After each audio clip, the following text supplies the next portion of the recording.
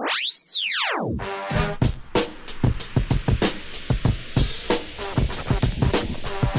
time for the shop report with Barbershop Jay.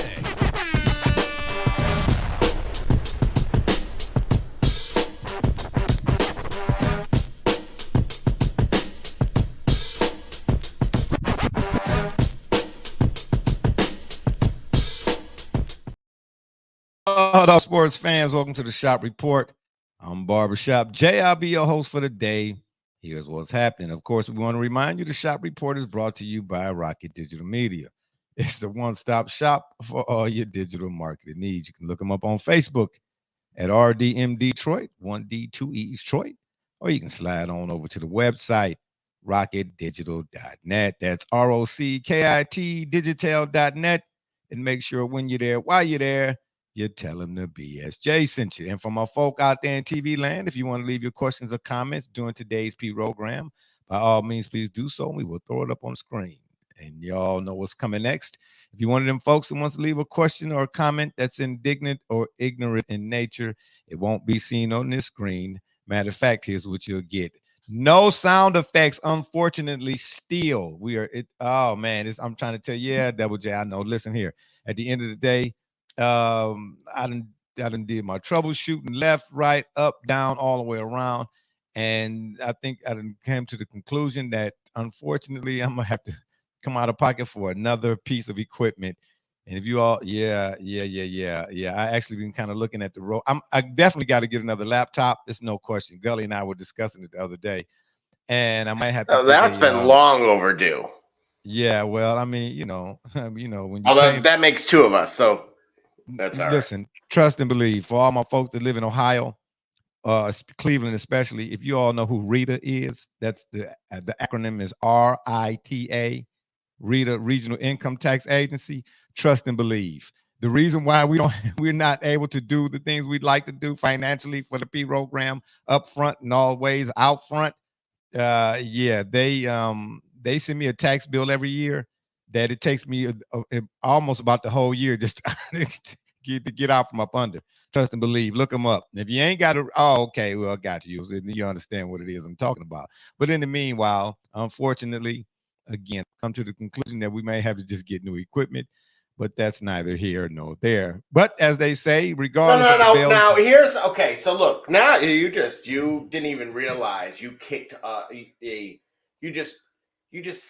you were the match and you decided to spark it there. Okay, well, hold that thought. Mrs. Alva, shout out to Mrs. Alva weighing in. Okay, Mrs. Alva, don't forget to touch the button, Jay. Really? Seriously? 3 exclamation marks? Really? We don't. Okay, Mrs. Alva, this is what we doing. I thought me and you was like this. Okay? I know me and him, this guy. Yeah, but me and you, I thought we was like this. Really? You on his team right now? You know what? I'll tell you what. I'm going to play this song, this button. Tell me if you can hear it, Mrs. Alva, because this is a special request and a selection just for you.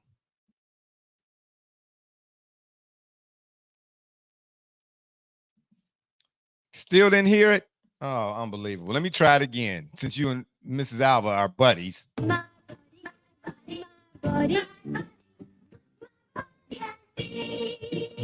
Okay, now you heard it. I want to know if she heard it. Oh, I know she heard it because I heard a reaction. That was not an expletive, so that was good. It was just a long wow. Okay, so she heard. Yeah. You got to ask her if she heard it, because if she's not on the show, so she's watching the show from somewhere else, I'm sure, right? Mm-hmm. Yeah, and I heard her reaction. Okay, well then that's what I'll do periodically, folks. Bear with us. I don't know. Maybe it's one of them days the sun is shining. Why would it work the second time and not the first? I don't know. Listen, it's something. I'll tell you this: if you want a point of origin, the day that you had the call with your cousin from the boxing exactly show. Is when. But see, I don't even have that hooked up anymore. I don't know. What we'll do is throughout the show, if she's watching, I'll hit a certain button and tell her to let you know if she heard, being a viewer, if she heard it.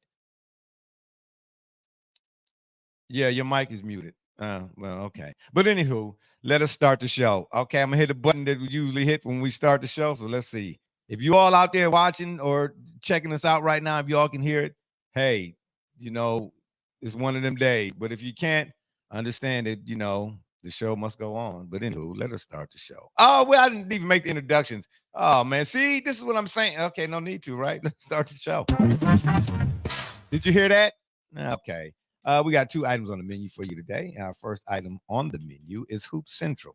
Now, let me point out, it is sad that the guy who came up. Now, how many times have I put in our little Discord thread, the thread that you, TJ, Brother Rich, Doc, and Gully and I have off air, right? How many times have I suggested in the Discord thread that any and everybody that's got a topic they want to discuss, throw it in the thread. I'll do the research on it, and if it's worthy, we'll throw it up here on the screen, right? Well, TJ catches me at work and decides that he wants to discuss a said topic. The topic that we're going to discuss today. All right. Now, while you and I are present, where's he? No presents, right? Exactly. Yeah. Let's see if we can get a button on that one. All right, you heard it, I heard it, but did the people watching hear it? That's the question. Anywho, so hold on here. Yeah, I heard that one too. Yeah, okay. Well, that's what time it is. Anywho, we're getting ready to sit here and discuss a topic that TJ came up with, but again, he's not here to discuss himself. He catches me coming down the hallway, and he said, "Man, we need to talk about on the show." I said, "What?" He says, NBA players who had the best offensive bag. He said, just do 15. I said, man, that's too. I said, the way as long, how we go, we get long in the tooth, man, doing 15 each. I said, if everybody show up and each one of us do 15, I said, come on, man. I said, no, we need to maybe break that up or something. He's like, all right, we'll just do 10. And then on this Sunday show, we'll do 10 through 6. And then next Sunday or the following Sunday thereafter, because I already actually got the next topics for the next Sunday show. Then the following Sunday thereafter, we'll do the rest, through 1. I said, all right, fine. But he said, it ain't about wins, losses, no nothing. Best offensive bag. Okay? Yeah, exactly. Now, I thought it was too ambiguous, too broad, right?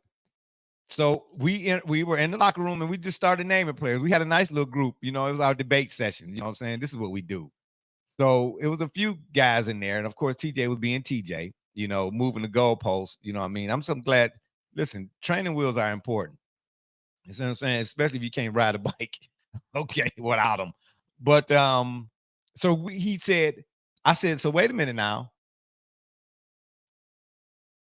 How about if we bring our GM, Ricardo Stafford, in on this? Because the idea or the Melo's name came up. So he said, no. He said, Melo ain't going to be number 1. Melo ain't on number 1 on nobody. You know what I mean? Yeah. But anyway, we went back and forth for that for about 12 hours, and I got reprimanded, so to speak. Like, where was you at? You weren't on your assignment. That was an hour ago. But anyway, so here we are. So I actually sat down and did a little put together what I'm considering. All right. The best offensive bag. Okay. Now, where are you starting with? I'm starting at 10, and we're working our way down to 6. 10, okay, I'm 9, 8, 7, 6. We're just doing the first 5 right now of your 10, and then we'll come back maybe 2 shows down the road and give our other 5. Right? All right. Sure. So the first on my list is Alex English. All right. Just let me give you now. I didn't do this for every player that I have listed because really. It's really no need. But for those who don't know who Alex English was or is, and for those players that most people don't really know about, I did a little jotted down a few notes behind their name. Alex English, most points scored in the 1980s, 21,018, right? Or 21,018. Made 8 All-Star games. Only Moses, Bird, and Kareem had more. Won the scoring title in 82-83. That's number 10. Number 9, Adrian Dantley. Okay. 6-time All-Star, 2-time scoring champion in 1980-81 and 83-84. Had the second highest points per game average of the decade.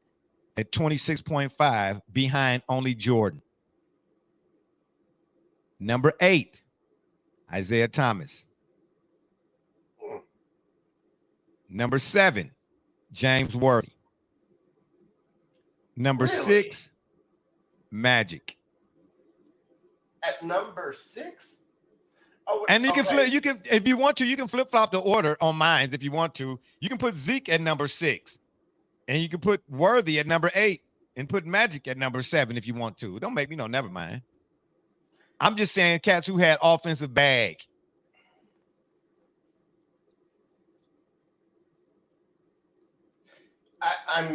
What I was attempting to do was better. You know what? I'm going to do all mine. I'm going to do all mine. Yes, I'm going to do all mine right here. Hey, why not? Do all mine right here now. I'm not waiting, man. Okay, all right. So, yeah, all right. So, listen, other than Alex English, I have at 10, and Adrian Dantley, I have at 9. 8 through 1, you can put them in whatever order you want. You can, I don't care. Take my order and rearrange it if you want to. But I'm just right now, for the most part, listing players I believe had that offensive bags. Okay. Mm-hmm. Hakeem Olajuwon,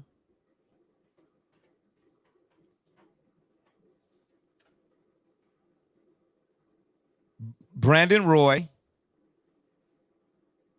Kobe, Jordan, Bernard King. You want me to say it? You want me to say it again? You want me to give it to you again? No, yeah. Yes, please. Just all right. Do it again. I'm going back to the bottom or the top. Okay. Oh, finally, look who decides to show up. Wow. Look who decides to show up. Yeah. What's up? Hey, ain't nothing up. Ain't nothing up. I had technical difficulties. Relax.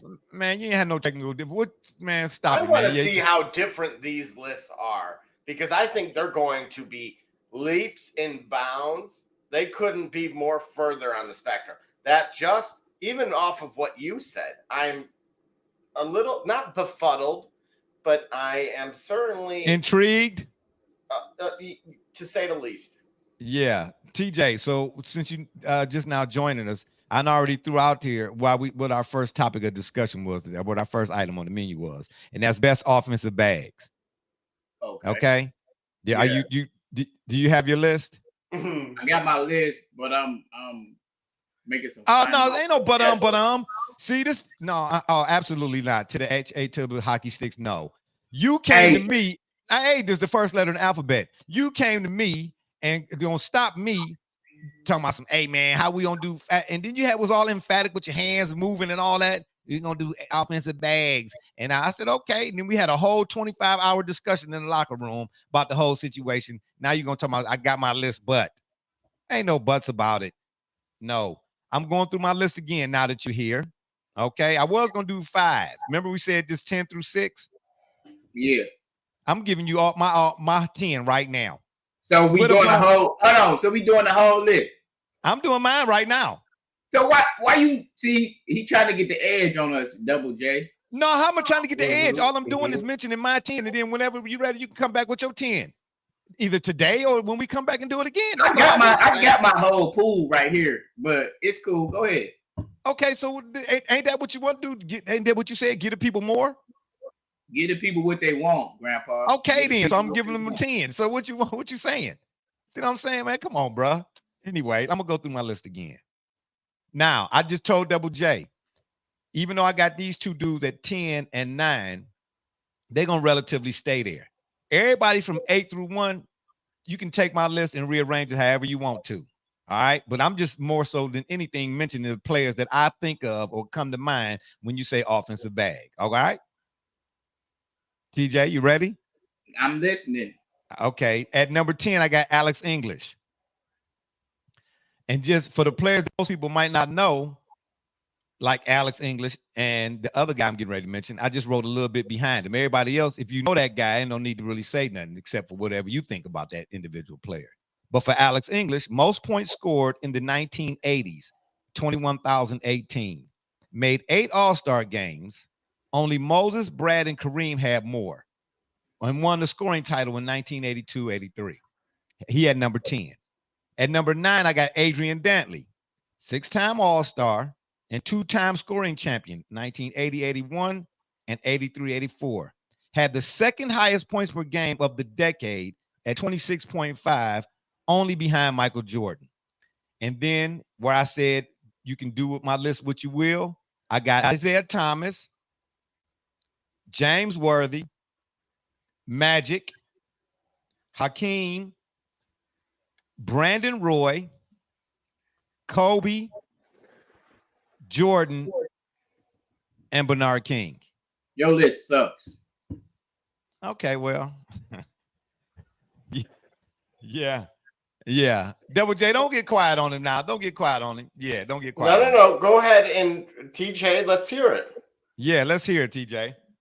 No, go ahead, Double J. No. You the one that came up with this. No, you ain't gonna let everybody. Go ahead real quick. No, this ain't Family Feud. No, Double J. I'm going last because I came up with it. Now, Double J, please. No, you don't get to go last because you came up with it. You're supposed to be going first.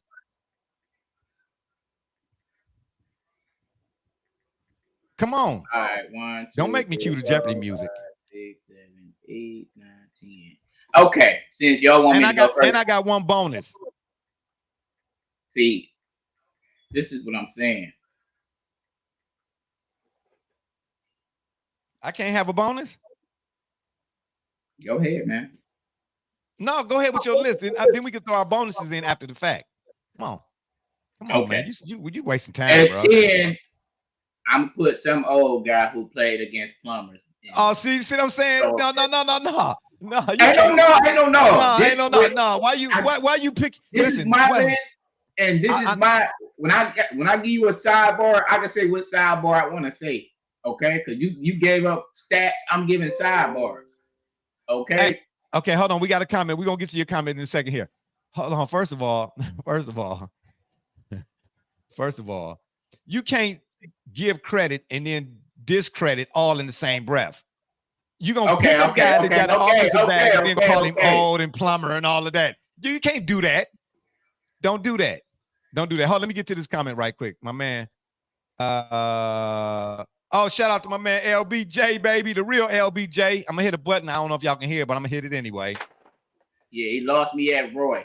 He lost me at Roy that high, but he had a bag. But top 10 off his bag, though, I disagree, bro. It's fair. It's fair. He just didn't play long enough. But Brandon Roy had, and this is my opinion. You know what I'm saying? But I got a bonus. Hold on. But I'm gonna do my bonus again a little bit later. Go ahead, TJ. Go ahead with your list. Okay.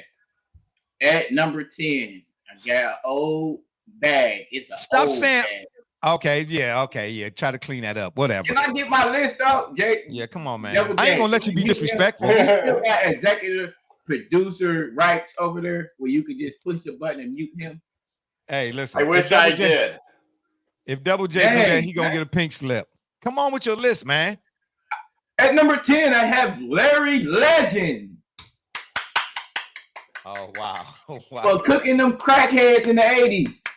Wow. Oh, wow. With an all-around game, crossover, slow whatever. So you're giving him credit for having an offensive bag, but okay, but keep going. Go ahead. Okay, who had a better bag than him back then besides Jordan?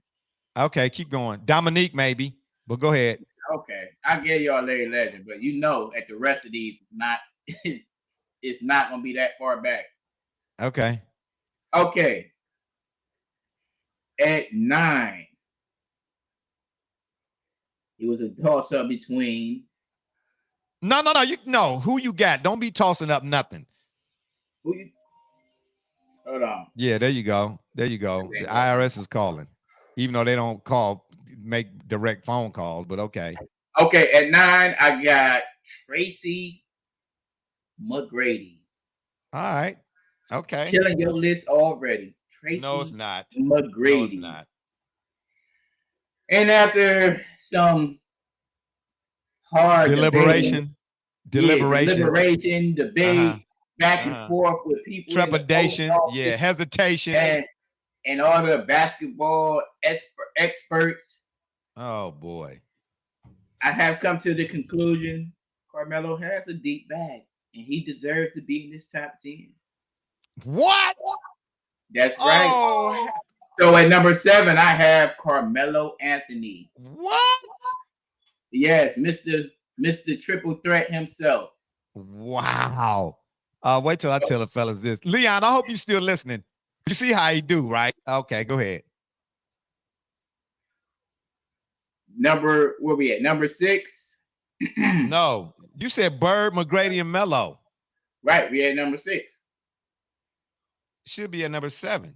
If you saying Bird was 10, McGrady's 9, Melo was 8, you should be at number 7. Oh yeah, I'm sorry. Dang, boy, you having a apologies. okay. No, don't apologize for having one of my moments. Oh. I'm glad Leon, you did that. Leon said he listening. Yeah, okay, good. Yeah. Listen to this nonsense. Bird, McGrady, Melo. At number 8, drum roll, please. Can we enter Damian Lillard? Wait a minute. How many number 8s do you have? I thought you said I meant 8 or 7. You said 7? Okay, so at 7 you got Dame Lillard. Dame Lillard. Okay, 7 Dame Lillard. Okay, all right, 7 Dame. Okay. Number 6 will be Wardell, Mr. Wardell. Wardell Curry. Wardell Curry. Okay. Mr. Best shooter alive, best shooter ever. Okay. Now you might be mad at why. Talking about Del Curry? No, he said Wardell. He's Wardell. about Steph. Come on. Don't make that face, though. Okay, I was just like, yeah, don't make that face. It had some substance, and then it went off the rails. No, hey, come on now, Double J. You know I ain't gonna disrespect y'all like that. Yeah, I'm surprised. I'm surprised you picked Melo at all. The way you was killing him in the locker room. But go ahead. Number 5. I have to put respect where respect is due. Okay. Oh yeah, you get on here and want to respect all of a sudden. All I said was when we in a live session when we in a recession that ain't being recorded, you be really off the rails. Hey, listen, all I said, if you put that man at number 1, I'ma mute you. Okay. Come on. At number 5. Number 5, we have Mr. Draw a Personal Foul himself, James Harden. Oh my gosh. Double J, that's your cue. That's your cue. Where you at, Double J? I'm right here. And no matter how much you don't like his game, that bag is awesome. I mean, it's all that in a bag of chips. Man, please. Man, please. Ever since listen, if that's the case, he'll before and after. Because before they came up with that rule that was in favor of defensive players where you can't kick your leg out on that fall back to the floor type 3, he ain't been the same since. And he ain't been getting to the free line. We talking about his prime. Man, stop it. Now we talking about his prime. I don't care about his prime. I don't care. Listen, he was still in his prime when they took that rule away. Stop it. I see you is stop. Stop. Stop. No, I'm not. No, I'm not. You talking about James Harden. Yeah, your list went downhill. You can talk about my list sucks. Yeah, okay, got you. That one name on yours nullify your whole list. But hold on, we got a comment. Hold your thought. We got a comment. Let's see what the comments say. Can't read the name there, but it said the European basketball experts are betting that the German team will be the world champion. Okay, in the FIBA. Okay, we'll see. Well, with the Wagners? Man, you saw, man. Come on. Look, I hated on this Team USA more than anybody. But, am I missing somebody? Schroeder? Dwight Schrute? I don't care. Yeah. They can have all the shoot. Lithuania might be. They ain't winning. Did you hear what I said? They can have Dwight Schrute, shoots and ladders. Team USA, no problem. All right, LBJ said his top 10 offensive bag. Okay, LB, because he can do it off the dome. That's not my strong suit. Yeah, not at this stage, Nate. He's gonna be like, give us your top 10, LB.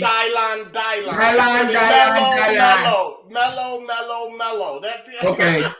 So I got number 5. Who got number 4? Number 4. Okay, y'all gonna be disgusted by this, but I gotta don't tell us what we gonna think. I know y'all gonna be disgusted. I know who it is. It's gonna be. I think we're on the same page, which is very cool. I'm not surprised. Michael Jeffrey Jordan is number. No, I'm disgusted. All right. I told you. I'm not disgusted. Because Okay. it don't really make no difference to me the number except in 10 and 9. That's disrespectful that is. But okay, What? got you. You know what I'm saying? Everybody What, else is bird and litter? Man, come on, bro. I mean, a bird and You don't even know your list. Go ahead, keep going. Who at yeah, number 3? I got to scrap it up. You wouldn't let me put it in the proper order. I had a pool. Okay, that's you your. See my list. You'll be pissed off, man. Look at that. Listen, it's all scratch. It's all scratch. If you stay ready, you ain't got to get ready. Go ahead. Anyway, you don't have 4 kids you got to tend to in the morning. It don't matter. You came up with this at the you came up with this at the job. You should have been ready. Okay, but I was you the one that proposed this whole idea. Anyway, at number 3, we have the Mamba himself, R.I.P. One of the greatest legends of all time, Kobe B. Bryant. Now, Double J.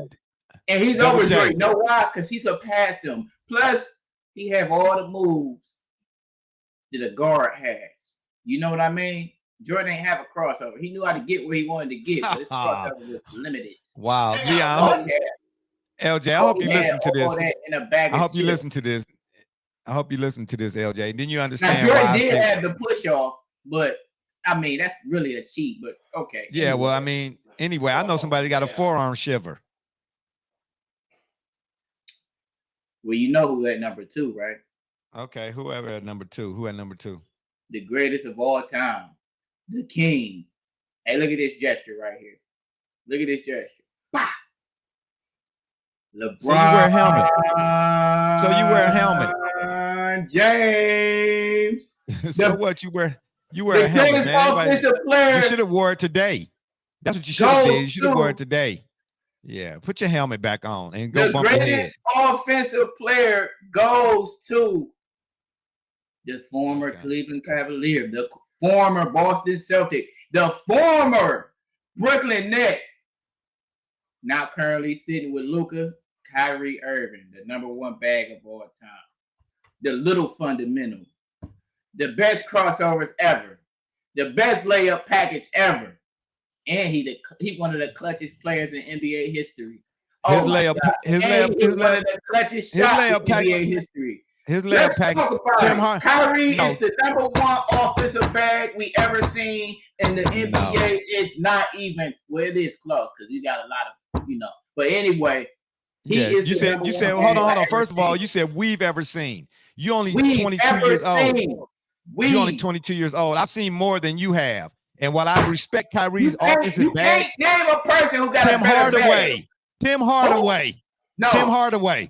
No. Tim Hardaway. Absolutely. And if I could, I would mute you. Yeah, well, you should. You should. I can mute you. Man, stop it. Man, cut me in and cut yourself out. Yeah, okay. Double J, who you got for your list? Don't be over there sipping out the Lucia cabinet. Come on back around here and give us your list, because this list stink. Well, mine may not even be par for the course. We might be double bogey here. I think I may have bent copied off his paper. A little bit. No. We all think very differently at first glance, and so what I do have is I stopped at 2. Well, no, I have mine. I'm going to go with this. I'm going to start at 10. With Stephon Marbury. Starbury, again, New York guy, is the epitome of handles, creating your own shot. And again, from a tools vantage point, I actually struggled between him and Latrell Sprewell. But Double J, I ain't lying. I thought about when I was looking this up. Spree was a bad boy too. The stuff I got to witness with my own eyes in both a combination of New York and Minnesota, but in Steph's case, once he was in New York, he was the metaphorical king in New York. And just again, we're talking purely offensive bags. There was not really anything when you have the handles, which is going to lead right into the next guy, is somebody that you guys talked about, which is Kyrie Irving. Again, the modern version of still So wait, you got let me make sure I got you so far. You got Marbury. And then I have Kyrie Irving. Okay, Kyrie. I thought you Let me said tell you, Sprewell. hold on, Double J. Since we commentating and all this on this. Sure. Let me tell you something, bro. It ain't two people in the history of the game with a bigger bag than Kyrie Irving, bro. How do you know that? But you're based on what? Mad. So no, Double J. I know for a fact. I want to hear him explain. Okay, first of all, that's the second me mistake up. you done made. I want to know for a fact. Listen, you can say in the history of the game based on what, and be specific, because that's outlandish. And then gonna add to the outlandish is by saying you know for a fact. Please be specific. We'll get to your comment here in a second. Double J, you know I know. Just stop asking Double J. I'm asking but you. Here's part of what my struggle with all of this is that even like with someone like Magic Johnson, who I actually kept Double J, off you gonna bail him out?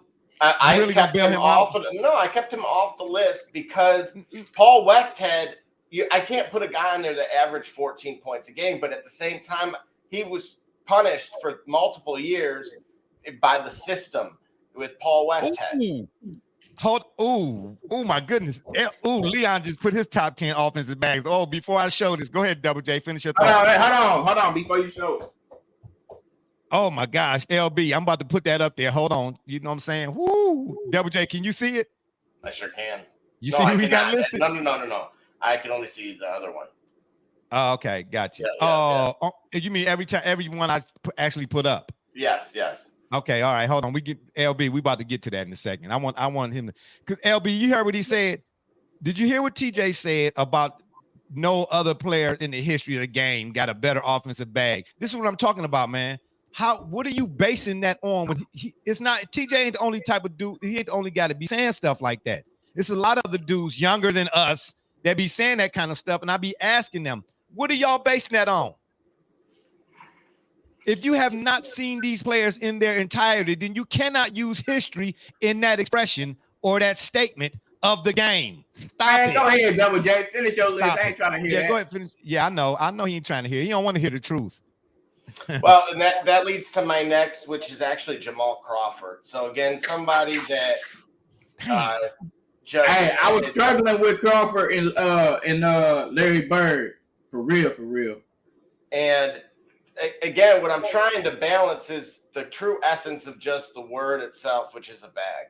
And no. You got to use it's the term offensive bag. Correct. Because a bag could be defensive bag too, lightweight. Well, sure, but again, in the context that was provided, right? So my head clearly went to people who could control the ball, create their own shot, and if you could throw in other attributes like either limitless range or just being able to pull up from anywhere, being able to still get to the hole, if you had the athleticism, you had some of these other things, then even better. Which is why the list isn't really all that traditional in that respect either. So clearly these are maybe high point per game guys, or even they all flirted with triple doubles regularly. But this is why I was in the mindset of even guys like Russell Westbrook. I was just getting ready to ask you that. Hold on, let me hold your thought. Hold your list. Hold your thought. Let me get LB's up here so we can get it out here. Mm-hmm. Well, first of all, let me show this one first. He said he forgot about Crawford. Yeah, I didn't, but I wasn't sure where to put him at. And then here's LBJ's top 10. He said defense, but he meant offensive bags. He got Melo at 10, Rod Strickland, Steph Curry, Isaiah Thomas, Kyrie Irving, Larry Bird, Kobe Bryant, MJ, Pistol Pete, and George Gervin. My goodness. Okay, we're gonna go his list too. But go ahead, finish yours, Double J. I just wanted to get his up there so people could see who he had listed. Go ahead, finish your list. So, whoa, listen. Let me make sure I got you so far. You got Marbury, Irving, Jamal Crawford, and you wasn't sure on Sprewell, right? Yeah, I left Sprewell off. He would been an honorable mention. Okay, we got Crawford. Okay, but go ahead. Who you got now at number 7? So naturally, that's going to lead right into someone, as I alluded to a moment ago, that I felt like was held back from truly reaching their potential. But I was putting them in the modern game, fits the modern game, which is Magic Johnson. Again, naturally, with what he could do with the ball at the size, really screams a Giannis-type build with equal athleticism, but he had the vice grips on him for at least, we'll call it 15 to 20% of his career before Pat Riley took over, allowing him and ultimately the true version of the Showtime Lakers to ultimately manifest. So that's why I struggle with putting him even further on that list. Leading into the next is George Gervin. For that reason, obviously Eastern Michigan product. So I was able to see quite a bit of tape with him. Again, guys that can simply do it all, that I believe fit essentially the timeless, the classic ability to go from, you can play your era-less is what I would call it, because there's no era that if you have handles, you couldn't have played in.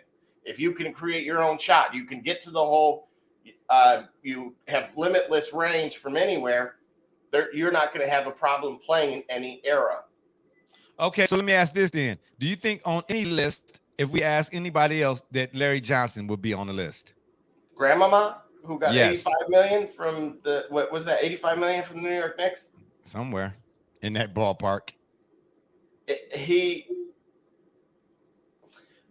TJ, yes, you know the history of the game better than anybody that ever lived. Could Larry Johnson be on anybody's list? I mean, I'm not the person who make anybody else's list. So I'm asking you if somebody else wouldn't made make TJ's list. He never would make my list. We're not asking you about your list. We doing your the list top stink. 50 or Your list stink.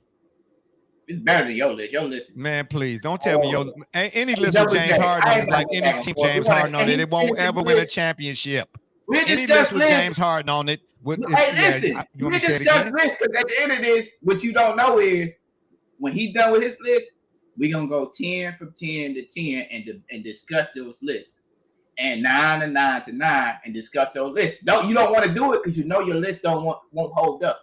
With it, Double J, you hear this? What I'm trying to say? He don't want to do first it. Of all, His list won't hold up. First of all, that ain't for you to determine. Okay, it's for the people that's viewing us and watching us. This is why we doing this, because we know you biased. We know my list ain't gonna hold up because it's me.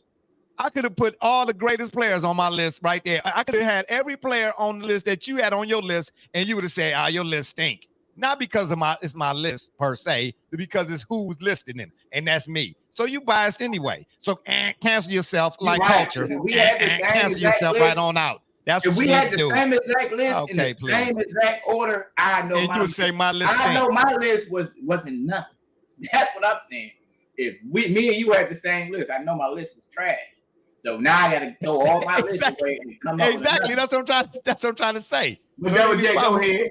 Yeah, go ahead, Double J. So after George Gervin, I have a throwback in there that I felt set the tone for the modern game.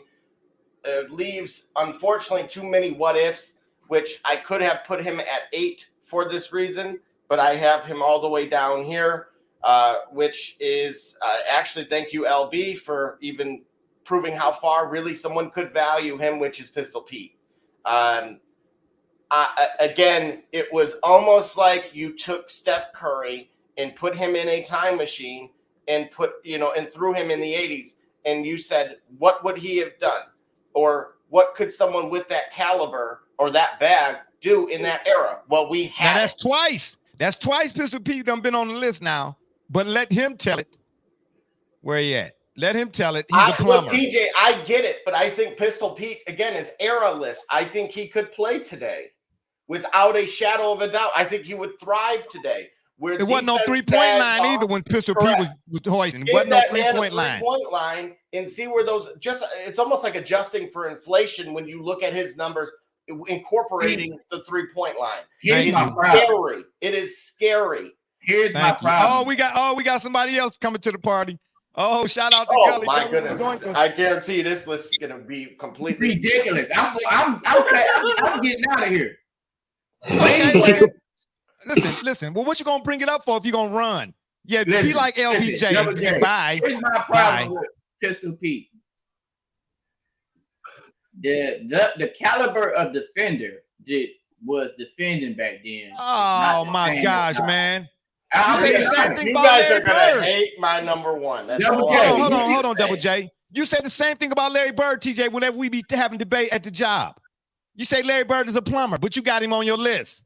Yeah, but he was a plumber with skill. Man, make up your mind and ours at the same time. Okay, whatever, man. Anyway. But look at the caliber of player he was playing against, bro. What do you mean? What that got to do with his ball handling? Man, he used to dribble in front of himself, bro. Get out of here. That's not working now, bro.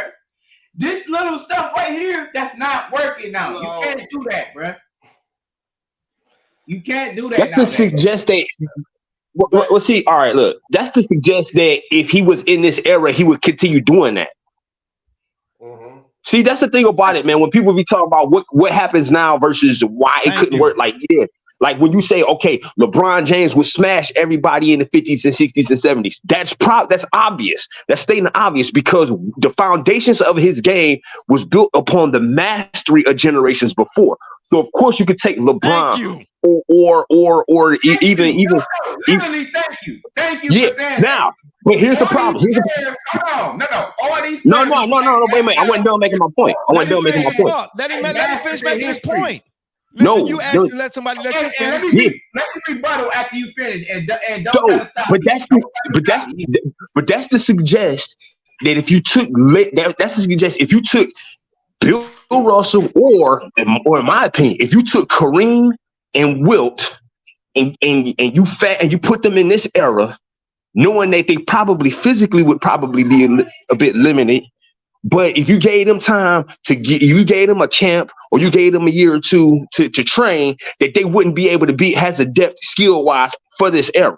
See, we want it one way, but we don't want to acknowledge it the other way. The mastery of your skill level in any era is what we're talking about. This is why I say GOAT in the sport in the context of, unless you're talking about the animal, GOAT is always spelled wrong.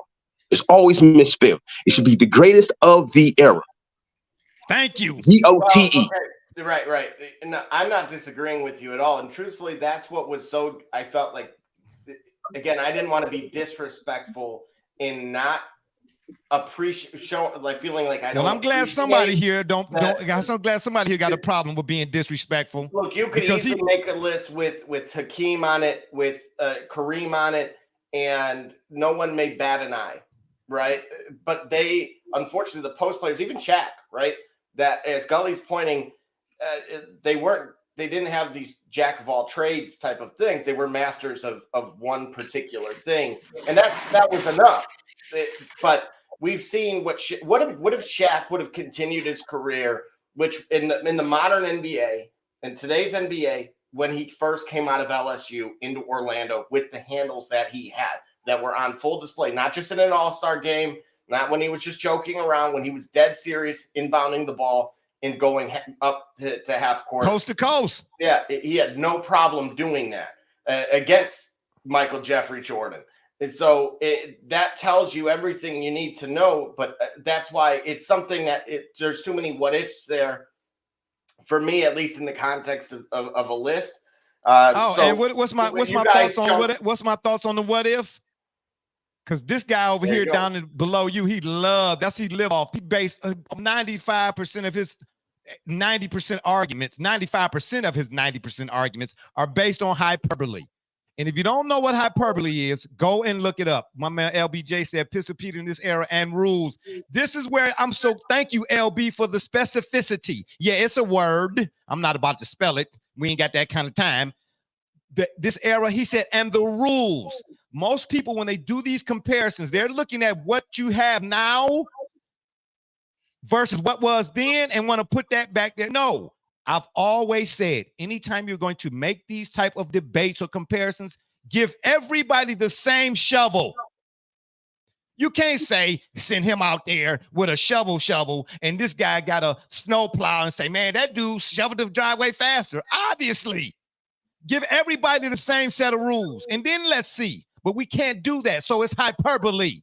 So there is no fact or no reality based in none of this, which is why I always say, when you make a claim, you better be able to say specifically what that claim is. Otherwise, it's frivolous.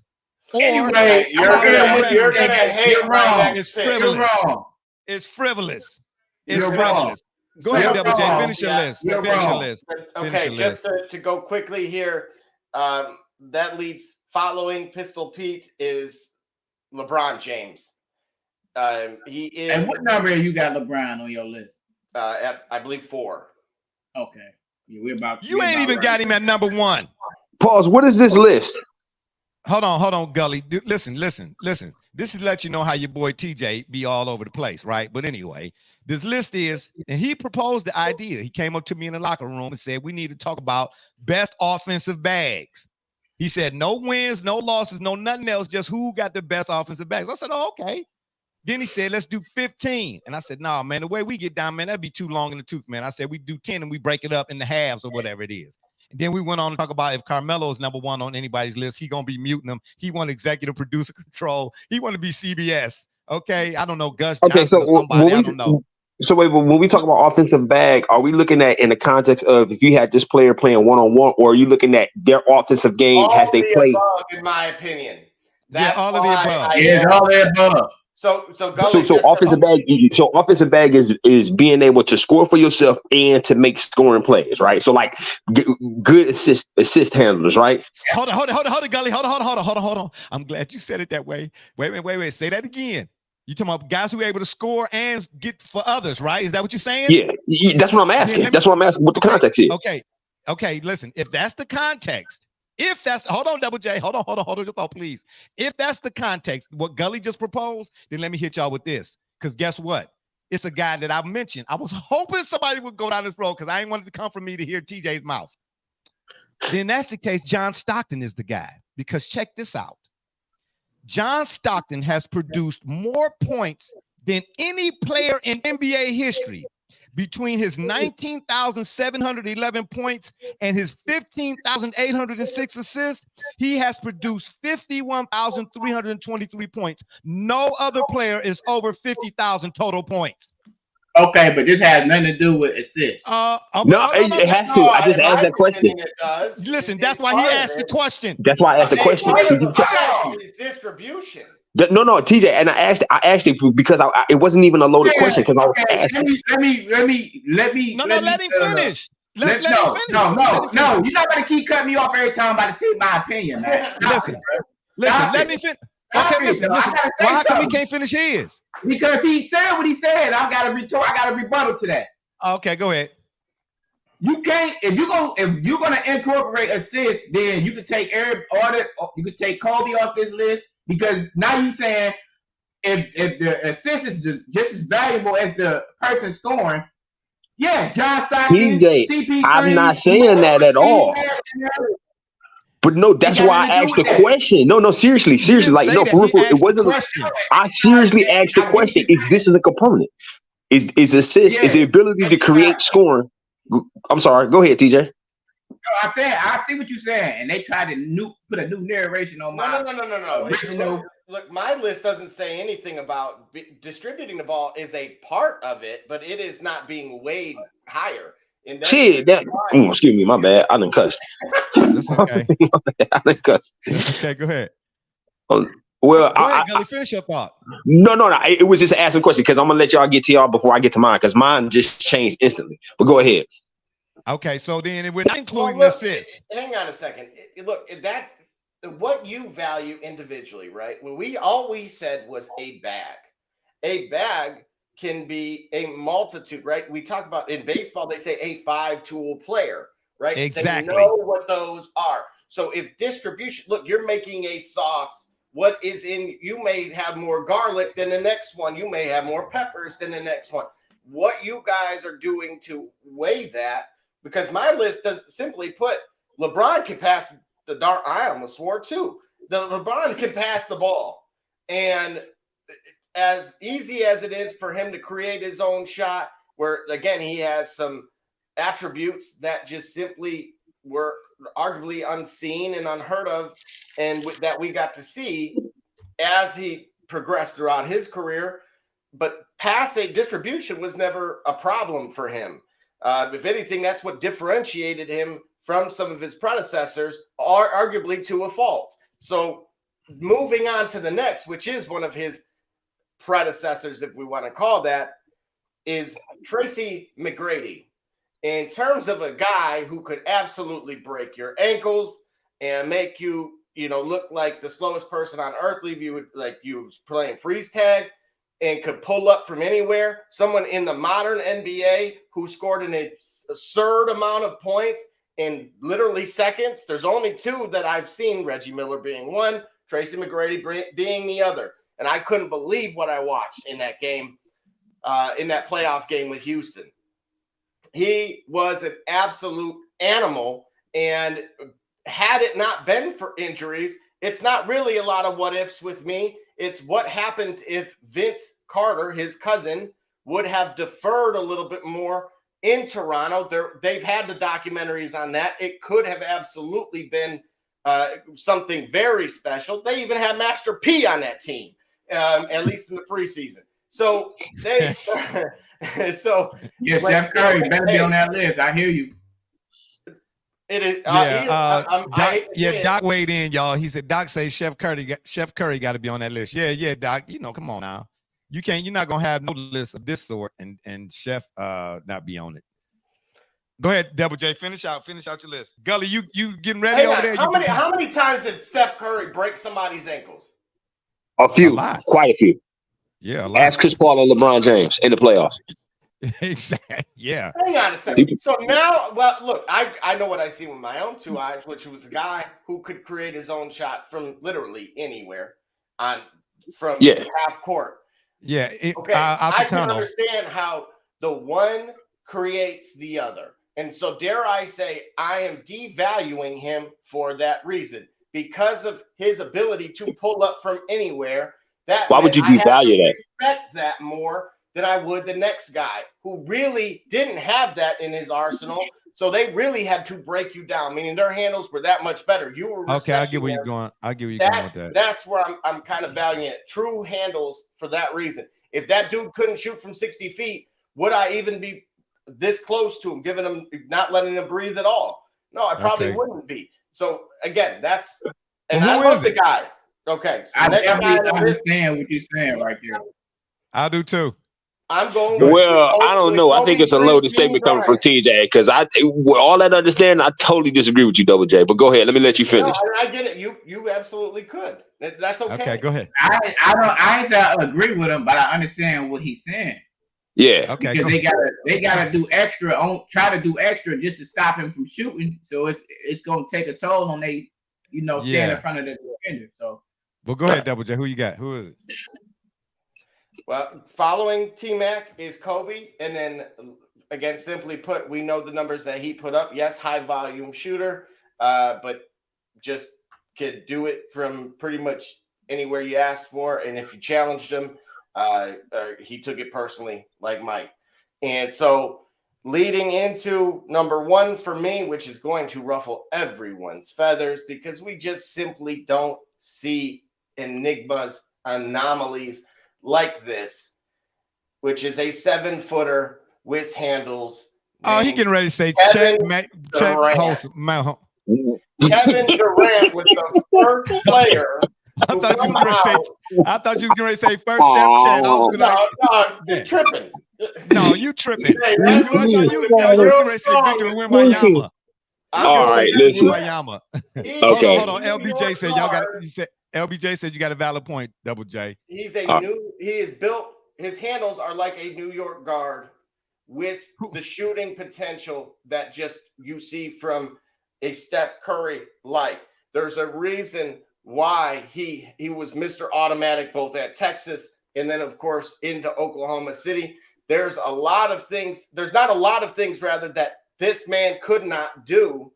And again, if it wasn't for maybe his toe being too long, he may have rewritten his own history a little bit. And of course, his decisions have devalued maybe what in the broader sense. But this man pulled up at the Rucker and did something that only Kobe's done. So until then, a lot of these other guys weren't on that list, have not proved they would be willing to even go and do that. I like what that one kid just did, who's I think still in high school. Yeah, but Doc is the only one that ever played at the Rucker. You understand me? And drew the biggest crowd ever. Okay. But what Doc didn't have. Say Doc didn't have a jump shot. I dare you. Is one of y'all from New York? Ben Simmons? What? Man, don't mention Ben Simmons on this program ever again. Is y'all from New York? First of all, how you gonna say y'all and New York in the same sentence? Kentucky and New York, they're on two different ends of the country. At the end of the day, everybody up here say y'all. But why y'all like putting New York and the Rucker all the way up here like y'all from there? Like nobody cares about the Rucker. Nobody cares about the Rucker outside of New York. Okay, well that's you. You saying you can't. You ain't. Hold on. How can you say nobody and you only speaking for you? I'm speaking for everybody outside of New York. Oh, I okay, don't really care about that like that. Okay, well then guess what? That's an elevated game of basketball where they going. It is. It is the Ruckers. You don't understand, Leon. I hope you're hearing this. I don't care. I like the Rucker ball, but I ain't saying they. That's like playing in the 70s. Like you. That's the. Oh no. No, it really is. For NBA player, listen. For NBA player, okay, yeah, that's what I'm about to say. Listen. For an NBA player to go to the record, that's like them playing in the 70s in my eyes. You just whooping up. LB say, yeah, I don't care about the Rucker either, honestly. Okay, listen. Thank you. Yeah, your go-to just told you that. He just told you that. Hey, listen, that's fine. Everybody entitled, but I see it different. I do. And I ain't the only one, but everybody entitled to how they entitled to. At the end of the day, the caliber of players at the Ruckers is equivalent to playing in the 70s, bro. Okay, that's your take. That's your take. NBA player. For some people, that was a rite of passage. Like, thank you. For some people, it was a rite of passage. And listen, hold Double J. If it wasn't that big a deal, no nothing or whatever it is, then why do so many cats in the league still go there and play? People want to get a run everywhere. They go to USC to get a run. Okay, but going to the Rucker and getting run, going to the Rucker and get run has, whether you think so or agree with it or not, has more reference than a lot of other places. Then why does Melo choose the Lifetime Gym in New York City than going to Rucker Park? Excuse me? Why does Carmelo for him? I'm just saying in general. Why does ain't Melo from New Jersey or New York? He's from Baltimore. Yeah, like that's the same little region. What's the big deal? Hey, I'm gonna show you. I'm gonna find the kid's name. No. LB said back then, Double J, not letting more play in the Drew League than the Rucker. Yes, for sure. Nobody thinking about going to the Rucker. Okay, so listen. But at the end of the day, maybe the Drew League is replacing the Rucker. Who knows? I don't know. But the Rucker still has a reverence, bruh. You can't dismiss or diminish what the Rucker is. Still, man, come on, man. You're being disrespectful. I'm not trying to diminish it. Anthony went to Rucker Park. Like there's more modern people. It's not just Kobe going to the Rucker. The new Cooper Flagg is the kid that went and created his. This is where you create your legend, in my opinion, right? Like again, I talked about passing of a torch. If you get co-signed from the people at Rucker Park, I don't care what you think about the quality. If you can convince the minds of those based on your game, what they got to see with their own eyes, you can be a street legend at that point from what you actually did in front of. Okay, I like that. I like that term. Hey, listen, I guess I tell you what. I bet you if you got the Rucker on your basketball resume, it resonate. I bet you that. Even still to this day, there's a level of credibility that in the AAU era, as you're pointing out, TJ, dudes like Jamal Crawford would have never been afraid of going to Rucker Park. He has the Drew League, and he still tears people up in it. So if we wanted to add that level of credibility and say that's the modern game, then went to the Rucker. I remember that he told him up. And so, but to see now Cooper Flagg, I wasn't expecting. That kid went to the Rucker. Yes. He said LBJ said he said I get it that it still holds weight. Hopefully we'll get Gully back here in a few too or whatnot. Yeah. No, please. I was a 7 foot white boy going to the Rucker. That's crazy. Hey, yeah, Rex Chapman was at the Rucker too, if I'm not mistaken. But anywho, what we, you know what I'm gonna do, man? I'm gonna try. What I'm gonna do is I'm gonna throw. We're gonna try probably do a poll, Double J. Maybe do it through the Facebook, to the shop fan page. We're gonna throw up my list, your list, LBJ's list. Gully, we didn't get his list. If he don't get back with us today, I know he didn't want it. From them bars he said, I don't want it. the fact about it is, what Gully said, it hurt y'all whole statement, bro. What you talking about? He didn't even finish his statement. He didn't even get to finish his statement because you cut him off. There it is. He said the players today got a combination of the history of the game and they mastered it. That's exactly something. Well, it ain't word for word how he said it. No, don't say exactly. Yes. Well, he's back now, so you want him to repeat himself? Let him finish his. Can he let him finish the statement then, or let him repeat himself? He's back now. Gully, go ahead. Would you please say what it is you said? Because TJ is butchering it right now. I'm saying for the errors, right? But I was saying the errors, right? What you say about the players today? Listen, you're right. That's what I say. Right, for each era, I said the greatest players of the day are their games are based off the foundations of mastery from the eras before. So of course you're going to get Kevin Durant, a 7-foot ball handler.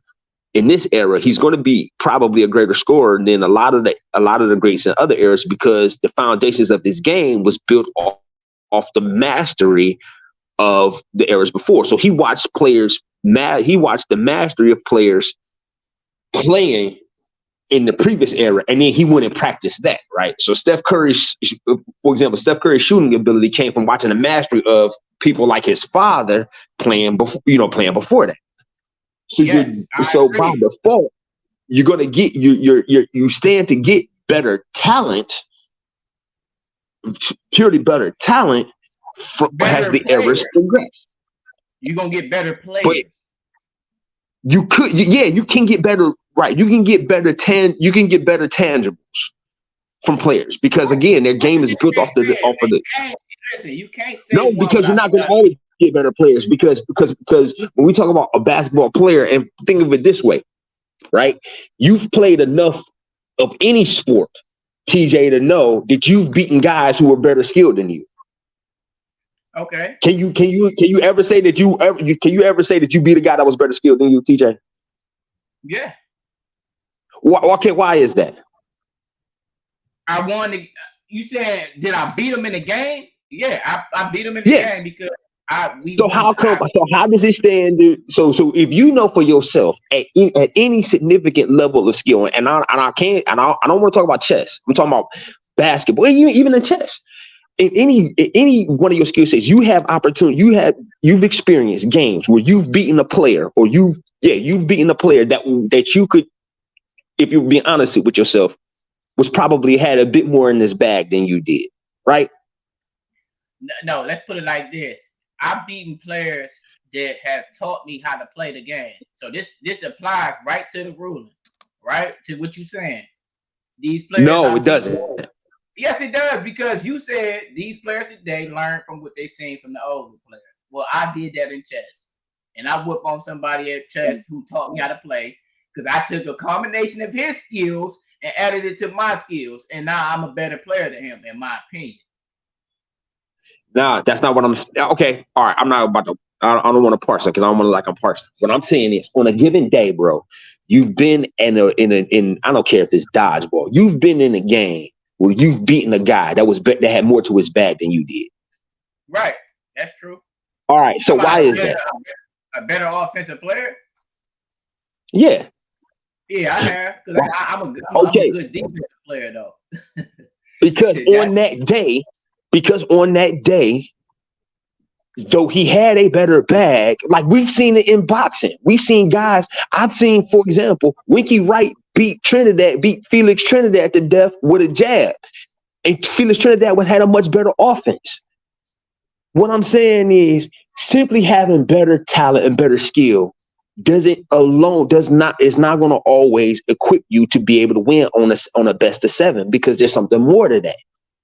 But this I ain't even get to my top 6. Listen, this has nothing to do It does have everything to do with wins and losses because by default, this era's players, while being more skilled, you still got to field the team that you think you could win a best of 7. Come on, man. We seen guys. We know guys that we done seen it. We done talked about Kevin Durant enough. We still he's still living in the shadow of going to Golden State. Whoa. But we're not talking about any of that when we're talking about a bag. We're not talking right. We're not talking about so what I'm saying is about this bag. What I'm saying is, go ahead, Double J. No. But you're pointing out that basically in everybody's 2K My Player career, you eventually go and play one-on-one against certain players that are in the current game. Yeah, and how many of them one-on-ones is a lot of 3-point shots? Well, that would be up to the archetype of the person you're playing, that created that guy. Yeah, exactly. So what Gully's trying to point out is that defense is the ultimate kind of decider. Miss Alva said, "Rest in peace to the Palace of Auburn Hills." I'm saying that too. Yeah. Now, what I'm suggesting right quick. Did the Pistons ever play games at the Silver Dome? Yes. Okay. Yeah, Pontiac Silver Dome. Yeah, the Pontiac Silver Dome. Okay, go ahead. What you saying? Go ahead, Gully. What you saying? Mm-hmm. What I'm saying is because of nuances like defense and what I'm saying is, Double J, simply put, you're gonna have more skilled players in this era than the eras beforehand. You stand a chance to have those players, right? But if that's the case, well, hold on, because if that's the case, what I don't understand is, given that, how come Luka and Jokic dominate today's NBA as limited as they are physically?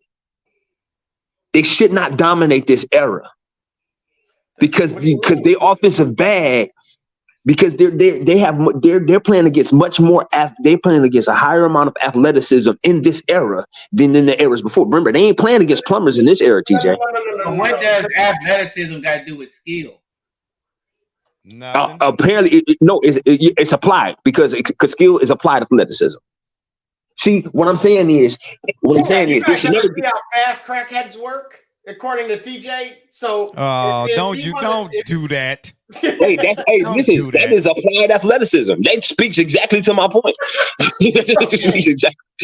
What I'm saying. So skill level alone, these guys should not be mastering the NBA the way they are.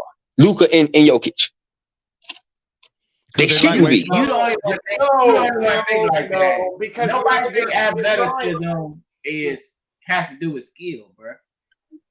And nowhere did you drew a line with consistency on defense, right? You went from man to zone. So what? So again, the game itself changed, but it's not the same. So to your point, yes, offensively, they may have adopted more skills so you could lean on the modern players to naturally go back and potentially have more success. But that's why this list is down to 10. It's not just a guarantee that you bring all of them over. Franz and Moritz Wagner, whoever had said earlier in the show that Germany was going to beat the United States somehow. And Schroeder, you put him in the 80s and he catches an elbow and he's probably speaking in Dutch. So I don't believe that you could draw that parallel because I don't think it's that consistent. I think there were naturally evolutions with what ball handling could do, but let's not act like there wasn't, Curly Neals around back in the 80s and 70s that showed you what a ball with movement could do. What the Harlem Globetrotters showed the world, albeit without the actual NBA record to prove it. If that's the case, Earl to Pearl. There's exactly. So there's a number. Monroe had handles, boy. There's you could have threw Dominique Wilkins in there, but again, could he pull up from 3? Because there were so many different avenues that you have to look at in terms of a bag, right? Because we have just great ball handlers. Like Gilbert Arenas was a great shooter, a decent ball handler. And for about a year or two prior to, that other stuff going on, he was almost untouchable in Washington. So okay, so then great bag then would really define itself as the player who can get what he want, when he want, from wherever he want, how he want it. And you put him in a one-on-one game. And again, this is what, to me, if well then I'm throwing in Andre Miller and Penny Hardaway then. Well, Andre Miller could have been on that list. Yeah, Andre Miller. Give me Andre Miller, baby. Yeah, at 19, 20, 21. Right. According to who? You? Yeah. Okay, that's what, listen, your list is subject to change? No? It is. But it's so your list is subjective. Yeah, all lists are. You know why? Exactly. That's history don't update itself. It's gonna be the same. Okay, so then you would put him at 19, right? You always bring up that top 75 list. I said, well, they can't take the people who's already 50 off, so that's why y'all got more old heads up there than young players. Okay, so then if it's subjective, so then to say he would be at 19, you saying on your list he would be at 19. No, he might not even make that. I'm gonna be honest with you. Okay, well then let's ask somebody else. Where would Dre Miller be on your list, and where would he be at? Because if they say he would be on their list higher than you at 19 or not on your list at all, they're not wrong. Your list ain't the list that determines of all lists. Those Clipper teams were terrible, and he probably had his best years. What, in Denver? And are you?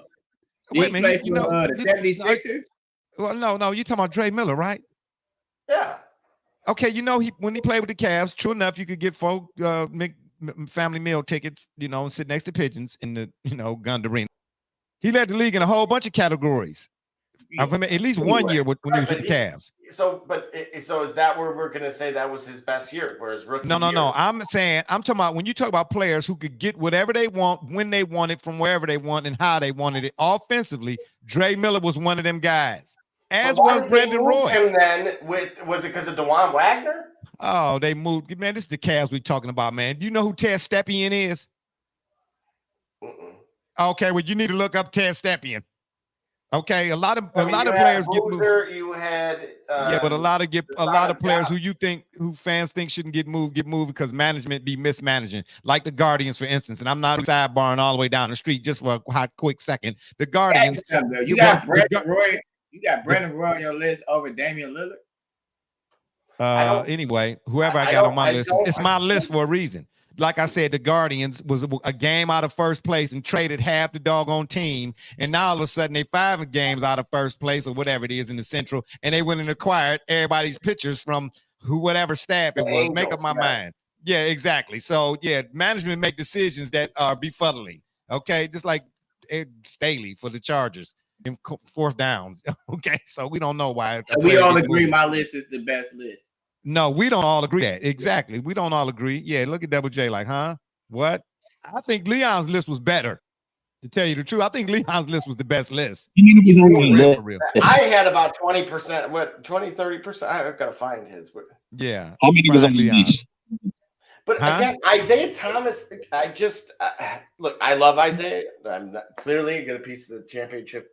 I know we saw the championship parquet floor. Don't you say what I think you're getting ready to say, man. Don't do it. Don't do it, Double J. Don't do it. Leave that alone. I want you to say it because I agree. Okay, well, yeah, of course you agree. You're his buddy. Anyway, let Gully go through his list so we can move on to our NFL discussion. Please. I don't even want to hear this, but go ahead, man. This is gonna give me a headache. Listen, sit down. You can't listen. This is what I'm trying to say. Now, listen. So, in other words, TJ, what you said to me, you said let us do top offensive bag. But what you really wanted to say was let me do the top offensive bag, and then that'd be the end all be all. That's really what you wanted. You can't say let us do a list, everybody get a list, and then you start frowning on everybody's list because it don't match up with yours. Go ahead, Gully. Give your 10, man, right quick, so we can go ahead. Hey, hang on. Can we do an over/under of what percentage are going to have played north of 2005 for his? No, not right now, not today. But go ahead, Gully. Give your 10. I'm gonna give 10 no particular order. All right. No, First person that stand out of my mind. Whoa. No, You no, know, no, We no. need an didn't do order. that. He We didn't do need that. order. No, listen. I need an order. Order So in the I need an court. order. All right. So the number one most skilled offensive player in ever in basketball is what you're asking, right?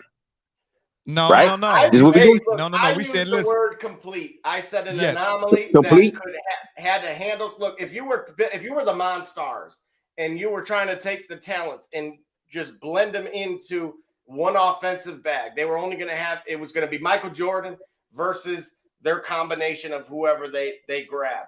That's how I ended up with Kevin Durant. He had the size of others, he had the range of others, he had the handles of others. He could slash like others, and he could finish like others. I just don't. I agree with you. I agree with you, Double Okay, J. so did Kevin Bernard Durant right now King, though. would number Bernard one. King, Kevin Durant not would be from the number one. outside. Not from the outside. Yeah, he could.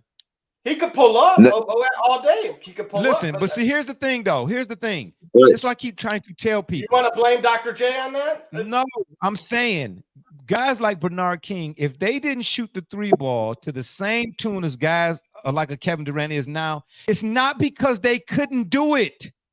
It's because they had their decision making and their shot selection, was much more specific in certain times and frames of the game. But Because a guy didn't do something doesn't mean that he couldn't. Their role. And unfortunately, I can't. Bernard King had a green light. Jay, we can't assume if he had a green light, then that shot should have went up. well, every player in North of 2000. Wait. Double J. If that's the case, then every player, then this list don't even need to include anybody that was playing before 2005. That's not true, and that's why mine has it, because there were players, and Pistol Pete was a perfect example of that could. I even incorporated Magic Johnson, knowing that Paul West had nearly ruined that man's career. So, but listen, you got to go look up Bernard King's story, man. They asked him about that. He said, man, why? He said, he had range, but he's like, man, why am I eating from way out there when I know I can eat from from the cup, or I know I can eat from the foul line? Again, because a guy didn't. Listen, I got that Kyrie and Kevin Durant didn't get fouled. That they didn't. No. I'm saying Bernard King. Bernard King could score it all. Bernard King could score like that too, though, bruh. Bernard King was a scoring machine from everywhere. I'm not suggesting that he couldn't. I'm just, again, the eye test for myself said I didn't see enough of that. Again, the reasons why are, again, could be it was the system, right? He's a victim of circumstance.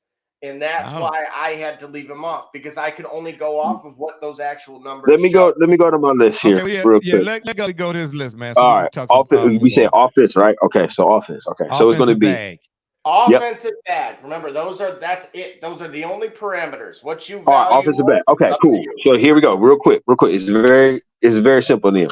Number 1, Kevin Durant. Number 2, Michael Jordan. Number 3, Kobe Bryant. Number 4, Hakeem Olajuwon. Number 5, T-Mac. Number 6, Steph Curry. Number 7, Chris Paul. Number 8, Dwayne Wade. Number 9. Hold on. Between the number 8, number 9 and 10. Oh, number 9, Kevin Garnett. And number 10, Dame Lillard. Yes, that order. Ooh, okay. I like Garnett, your list, Gully. Wade, I like your list, Gully. I like your list, Gully. I like your list. Did we ever feel like KG was limited in what he could do? We're not going to include Boston, right? That was too late. But that 2004 team with Sprewell and who was their point guard? Stephon Marbury. Yeah. Sam Cassell. No, Sam Cassell. Yeah. Well, yeah, because Sam Mitchell was on that team too. Yeah. What? What's up? Gully, I didn't hear your list. Not one word. I'll read it off. Man, you left. That's because you were changing channels. Man, ain't nobody kick you out, man. I didn't touch no buttons. That's your faulty equipment over there. My equipment don't even do that. Go ahead, run through your list again, Gully. Kevin Durant, Jordan, Kobe Bryant, Jordan. Number 4, man, who I have it for? See, not because it's gonna sound like I'm guessing. One thing I thought I put Hakeem at 4. You did. At 5, man, you know what? Run the tape, bro. Because I sound like I'm guessing. Because I had to really come up with it on the You had fly. Steph And Curry in there somewhere. yeah, Don't worry about it. Don't worry about it. The run host, the tape. the But host the wants point to is, write every list down. But go ahead. yeah, I didn't know about the bro. I'm on vacation. What you mean you didn't know about the? No, not you, Gully. What you say, TJ? You were supposed to write all the lists down. What? Hold on. Why you ain't had the list already wrote down? Mine's is. You were supposed to write all the lists down. That's what you usually do. No, it ain't what I usually do. Don't tell me what I usually do. No notebook taker. This is the disrespect I'm talking about right here. You know, I know y'all can't hear the buttons or whatever it is, but we're gonna have this. Gonna be obviously an ongoing discussion for future references and future P programs or renditions of the P program. Yes, sir. I want to talk some football, man. Before I leave, man, I just needed to know, like, I kind of gave you a lot of time to try to figure out how to get around my caption here.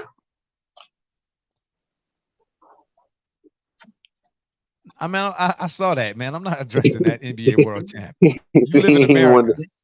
He ain't want to deal with it. I thought that's what we was gonna do. Nah. Yeah, no. Listen. We'll do it next week. But I got time. No. That's a whole show itself. Yeah, that's what I'm trying to tell you. That's a whole show. Man, we're not about to discuss that. Why? Because everybody know you the world champs in the NBA. We might have to convene on Friday. No, you're not. Hold on, wait a minute. You cut out. Can I ask you a question on your list? Because you have Kevin Garnett in there and not someone like who played with him, which Stephon Marbury. Can I ask why? Say again. He said you got KG on your list, but not Stephon I'm sorry, y'all got real choppy on me real quick. He said you have KG on your list, but not Stephon.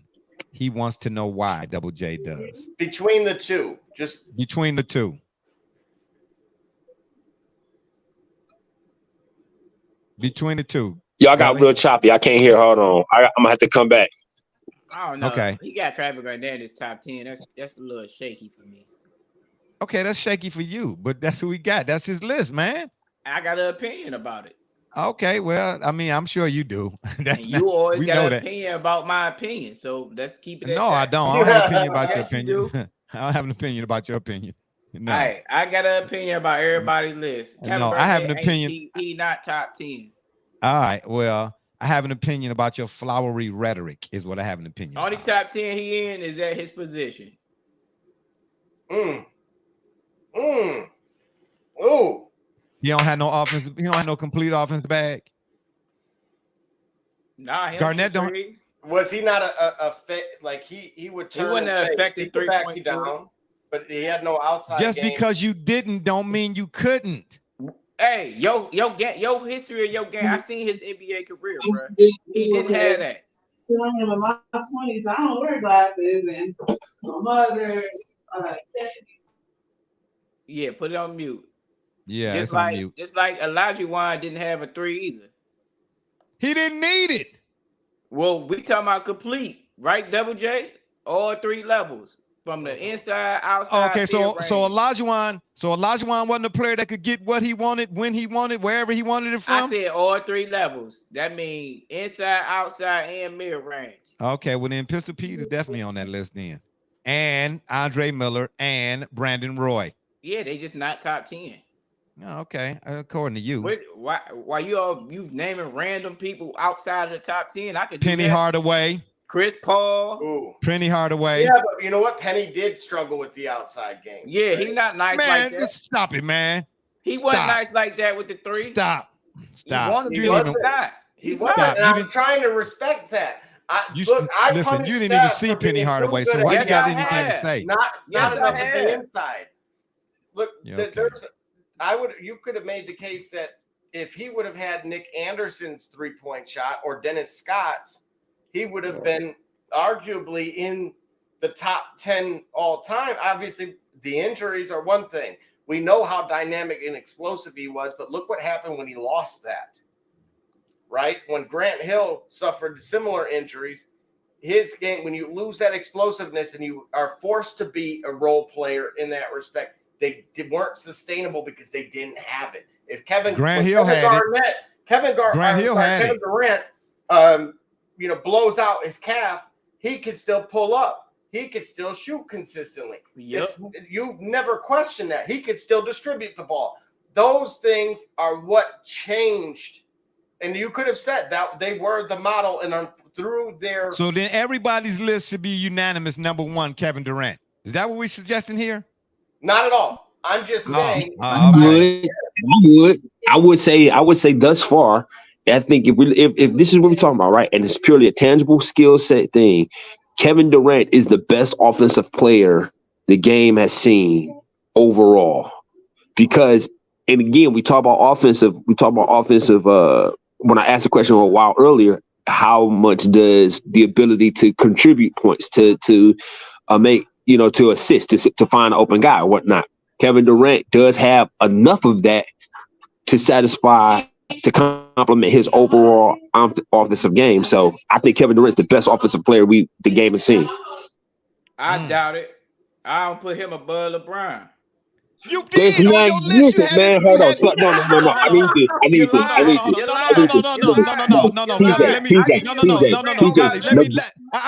Let me read y'all TJ's list.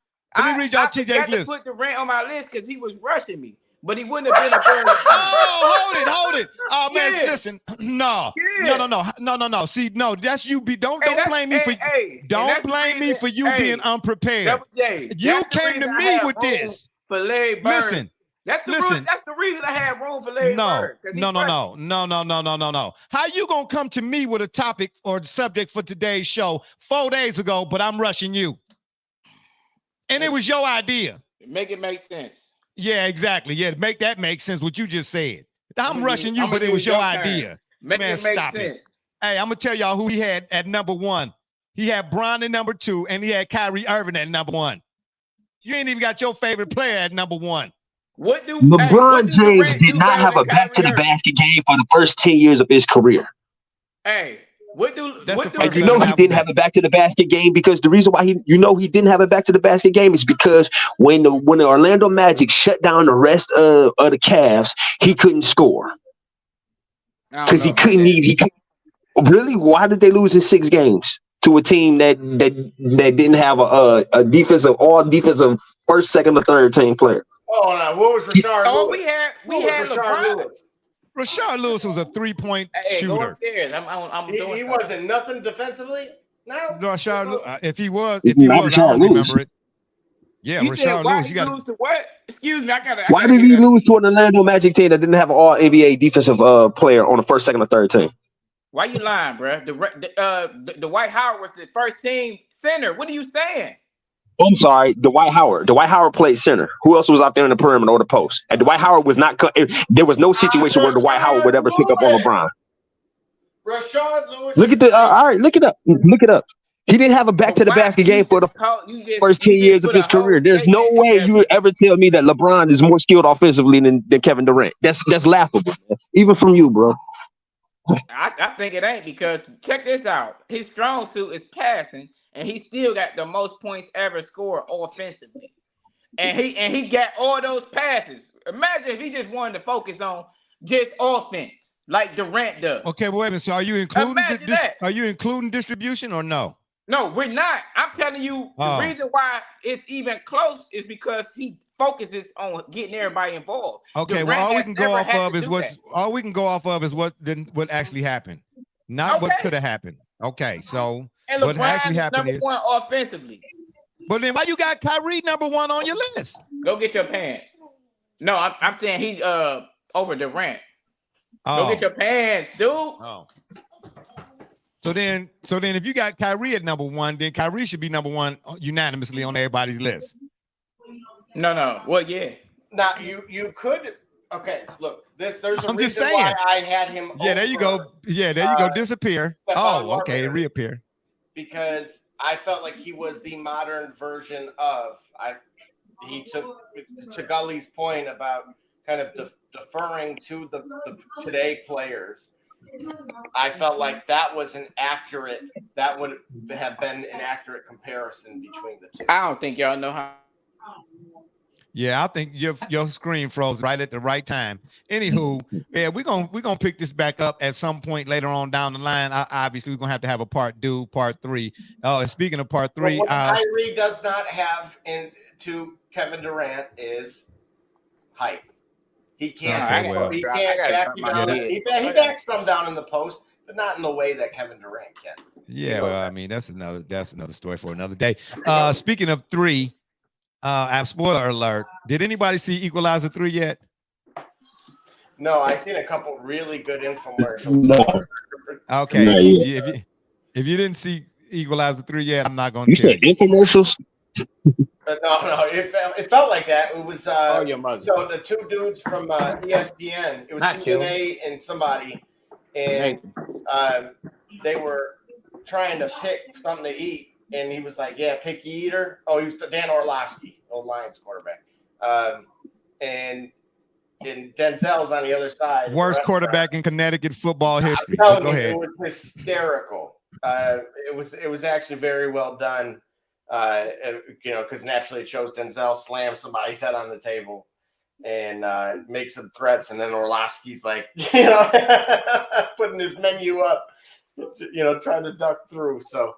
No, very well done. Yeah, I'll tell you what. Anywho, we're going to keep things rolling. We're going to get to our second item on the menu finally. Don't mess with 3. That's right, the Gridiron, baby. I'm going to hit the button. Don't know if it'll work. We're going to give it a try. All right, our second item on the menu, as I just previously stated, obviously is a continuation. Or not a continuation. This is the Gridiron, excuse me, right? The NFC North. Hey, right quick, anybody and everybody that's here currently, do you all have a problem? The season starts officially, obviously, on the 7th, right? The NFL season. We come back on the 10th. Are y'all okay with discussing the last 2, South and West, the divisions, even though the season already started? Because it's not like the teams from those divisions will be playing. You all cool with that? I gotta go. I gotta drop my son. Yeah, that makes sense. I mean, what right. you say? All right. Yeah, so if the season starts on Thursday. All right, TJ. Yeah. The season starts on Thursday, the 7th. But the Sunday, the 10th, we'll be back here before the rest of the slate of the games go on. So we'll discuss the NFC South and the West next Sunday. Oh yeah, perfect. To finish up our divisional stuff. Yeah, y'all perfect. cool with that? Yes? No? Maybe? Okay. All right. Got you. Anyway. All right. Now we got the NFC North. And first up is the Bears. And the question is, could Justin Fields become the first Ohio State quarterback who actually amounted to something? That's a darn shame you say it that way. No, that's not a darn shame. I want everybody out there that's Ohio. I want everybody out there that's not Ohio State fans to show those who are Ohio State Buckeye fans this new rendition of their retractable roof, looking just like a toilet seat. Why don't you? All right, shout out to the retractable roof committee. That was a great one. Anyway, yeah. Questions abound. No. Yeah. I wonder if the. See, I think it's possible, man. I don't know. I think that the organization isn't. I don't know if they're fully built right. I hate to call players surrounding pieces, but unfortunately, that's what I'm getting. Like, I think. Yeah, well, they went and got DJ Moore. Okay. Yeah, it's possible. I mean, he had enough. He had enough last season to show that there's promise there, and I think barring injury, he'll be all right. Yeah, and they got Double J's boy too. I think Tyreek Cohen, Double J's number one boy, number one. No. Khalil Herbert is the starter there. I drafted him a few times. Also, for those in the audience that are interested in the Pick'em League by the Shop Report, all we say kindly is provide your email address, and we will shoot you the invite. Host of ours, I realized I didn't respond to you, which is I think I mentally did. I have updated yours as well as Gully's to have manager access. So now you guys can both, you don't have to send me the emails. You can just enter them yourself. Okay, cool. From there. So yeah, but I meant to ask you that the other day. Okay, so obviously it's done via email. But what if I want to send out invitations? Right. So what you would still need is their email address, but now in there, because you weren't previously, you didn't have manager access before. That's why you couldn't send the invites. Okay, so I can't send an invite. Too. Yeah, no, you can. I can. That's what I'm saying. Can I send something to somebody even if I don't have their email address? Correct, I can say, hey, you want to join? You want to join that thing? And they'd be like, yeah. Then I'll say, okay, now send me your email address, and then we'll go from there. Absolutely. Okay, how do I do that here? So how do I do that? So now in the setup portion, when you log in from the computer side, here, matter of fact, what I'll do is I'm going to copy the link and set it in a private chat, and then no, just send it. Just send it to me email. Oh, all right. Oh, you want me to put the link up here now?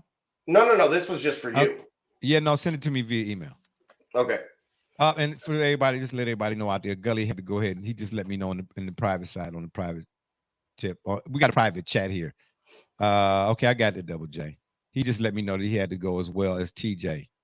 They had to both dip out. So obviously carry us on to the houses, me and Double J, y'all. Yeah. So again, so simply put in there, just quickly, you'll see it on the far right side. It'll say invite from social network, so you can invite your entire friend list as an example, or you could copy and paste the URL to it. And where you talking about now in the private chat, or are you talking about in the email? No, from that link that I provided. You'll see it on the right side of the screen after you click it. Whoa. Am I clicking it now while we're in studio? No. You don't. I'm going to email it to you as well. Oh, okay. Okay, gotcha. Once you click it, whenever that time is, okay, so I can send that link. Correct. I can send that link to people. Okay, gotcha. No, not this one. Not this one. It's going to show you in there. It'll say copy and paste URL. Matter of fact, I'm going to send that to you as well. Okay. So that way, if you want to send that one, that's how they can join also. So yeah, I just want to be able to send email. I want to be able to send somebody an invite, even if I don't have their email. I might have their phone number or something. You know what I mean? Yeah. So that's what we'll be able to do. Matter of fact, I'm going to send this to Megan now, so she could post that one in the comment section for everybody too. Oh, okay. So all good. Tell her I said good looking out. Yeah. So what's your thoughts on Justin Fields though? Does he become the first Ohio State quarterback who actually amounted to something? I had to throw that in there. Yeah, for this particular year, look, I feel like last year was a sign of things to come. I felt like the coaching staff that was there, that old regime, was almost setting him up to fail. Thankfully, he outlasted them, and now they're trying to build around him, which is, it may not come to fruition this particular season. DJ Moore is a quality player. I've had him on multiple fantasy leagues, including last season. I actually worry more about Justin Fields' ability to throw the ball versus how much he relies on running. Part of that is when you have no time from an offensive line, it doesn't matter who you have from, at the receiver standpoint, you're not going to have any time to get him the ball. And then, of course, I brought up the running back situation. You brought up Cohen and then Herbert. They did okay. They weren't studs by any means, especially from a fantasy vantage point. Even unless you're in a PPR league, they could have helped you out a little bit. But is that enough to respect the run game? Are you going to have to do a lot of RPOs? I was just thinking that, and I was just getting ready to say that whole RPO thing and the rule change in regards to that, I'm going to be looking at a lot of teams who use that or you have utilized that and see how that affects them. I think that's going to be a big deal, that change, and some serious adjustment too, for real. So if you want my honest opinion on even why Purdue lost yesterday, it was for the lack of RPO and really the coach letting his Purdue didn't lose that game. Yeah, they did. What? Lost in the last minute. That defense couldn't get a stop. He's the defensive coordinator from Illinois, a team that barely gave up 20 points a game all of last season. And he took his two assistants with him, and he's letting them call the defense. I get it that it was the same system, but he needed to understand he was the guy, and he's going to have to make the tough decision in saying, I'm going to start calling this part of the game. Offensively, Graham Harrell, who, for those that don't remember, star for Mike Leach, Texas Tech, in around 2007, 2008. And he, as a matter of fact, leads the record for most touchdowns in a single game for Texas Tech. You could thank Michael Crabtree for that too. As Richard Sherman called him a bum, but simply put, the offense wasn't the problem. Hudson Card did need to run a little bit more. They needed to look. You can't run an air raid offense to try to run up the middle on your third string center, but that wasn't the problem. You put up 35 points. You shouldn't lose a game scoring 35 points. No, right? You shouldn't. So, but the train is still broken apparently, and somebody just left us a comment here. Let's see who that is. Oh, Mrs. Alva. She says, you know who didn't lose though? Yeah, go Sparty. No. Yeah, I'm not. No, Mrs. Alva. Nope. No, I'm not on your team. Not this week. We'll see how things go next Sunday, God willing. The Packers. Yeah, when Washington comes down with the former IU quarterback, we know how that went last year. Who? Penix Jr. Uh-huh. He balling. Yeah, let's not even. He plays Michigan State next week. Oh yeah, well that's an also Michigan State. I because of what just took place, so obviously Kevin Jones, friend of the program, he was at the Virginia Tech game yesterday. I had said, hey, the 9th Purdue goes to Virginia Tech, and so naturally I'd have a place to stay, all of 5 minutes from campus, and I would probably be on the field too. However, I don't think I want to go anymore. So why? Because if they lose, I can't leave. And I'm with I just happen to be with a Hall of Fame, Virginia Tech, in their sports Hall of Fame. That is the link, ladies and gentlemen. If you are interested in joining our Pick'em League, all you have to do is click it. Of course, if you don't have a CBS account, they'll have you create one. We don't see any of that, so you don't have to worry about getting emails from us. Shout out to Miss Alva. She's starting to get her brownie points back. Actually, yeah, speaking of, she wanted to join the league, and she still hasn't accepted the invite either that was emailed to her. So there you go. Of course not. Yeah, appreciate that, Mrs. Alva. Shout out again. We'll throw that link our friend Bro Rich is in there. So there you go. He Bro has Rich time for the Pick'em League. Yeah. Oh yeah. How can the Packers, according to Athlon anyway, and a few other publications I've looked at, how can they be picked to win the division with an unknown rookie at quarterback or an unknown at rookie playing quarterback? If Christian Watson is the real thing, if Romeo Doubs is the real thing, they had the running game, with Aaron Jones and those guys. They proven all the other pieces were there. Tight end was pretty good. Jordan Love, towards the end of the season, right, looked like he could run that offense. Where there's hesitancy is that almost like there was to some extent, actually, better yet, no, there wasn't. When Rodgers took over for Favre, it was a matter of when. I know. I had to hear that from RB. Oh, my gosh. We went back and forth in the locker room. He said, we only had 3 quarterbacks in the history of the Packers. Blah, blah, blah, blah, blah. You hear the Steelers coaching and you hear the Packers quarterbacks. And unfortunately, this guy doesn't fit that criteria by definition. He wasn't as highly touted as those guys were. He Absolutely was just not. Kind of. So what people are trying to figure out, and that's why for those that seen what he did late last season, and you could see, okay, he was getting better. If he kept doing so, and that's what we get this season, because historically the NFC North has been always shaky, never anyone truly great at least on paper here, because again, no one Even when the Lions look like it on paper, they I was just just haven't going to done say it. that. We're going to talk about the Lions here Yep. shortly. Obviously, we're doing And NFC North. so But I'm going we to tell you just something talked right about now. Chicago. I'm taking Goff and Justin Fields over Jordan Love in terms of quarterback play, potentially winning that division. So, but I'm saying Jared Goff has played in the Super Bowl, did he not? He lost, but yes, he did. Okay, but losing and So winning, I get it. Okay. It's separate from, he still got that experience. Mm-hmm. Okay. So my $1 million question, right? This is always what it comes down to, is of the quarterbacks of the NFC North, which of them do you feel can win a Super Bowl? First, better yet, it's a two-parter.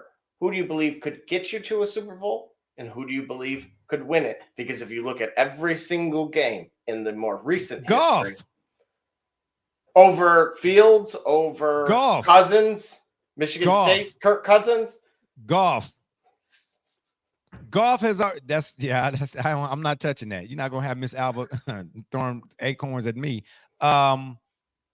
Goff, he's already done it. How did we even ask that question? And one of the guys on that of the question you ask on that list, if you would, has already done what you're asking. Goff has already been to a Super Bowl. Right. Lost, yes, I get it. Now, but wait he's a minute. already gone there. Couldn't you have said the defense for their Rams team is what got him there? I'm not talking about what got him there. I'm saying whatever got him there, got him there. But the experience was experienced by everybody on the team.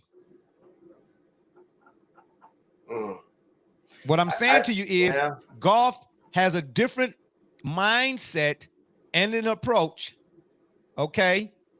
He's gone to the big dance. So after that game is over and that time didn't pass since that game was played, you can't tell me that he does not have a different approach to the game. I've been to the mountaintop, so to speak.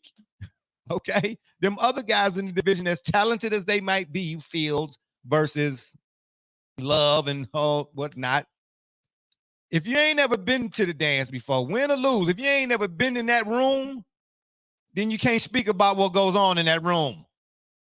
Okay. Goff has been in that room. All right. So when he gets to talking to his, I don't know, other skill position players, his receivers and running backs, he say, look, man, all I know is, and I ain't trying to say I'm all that and then some, but when we played in the NFC Championship, man, we had to, wasn't no watching no cartoons, man. Let me ask you a question. Who has the better offense? The Cleveland Browns or the Detroit Lions? I don't know all of the Lions offensive players just yet. Don't do me like that. Jahmyr Gibbs from Alabama, rookie. Jamison Williams, who's suspended, receiver, Alabama.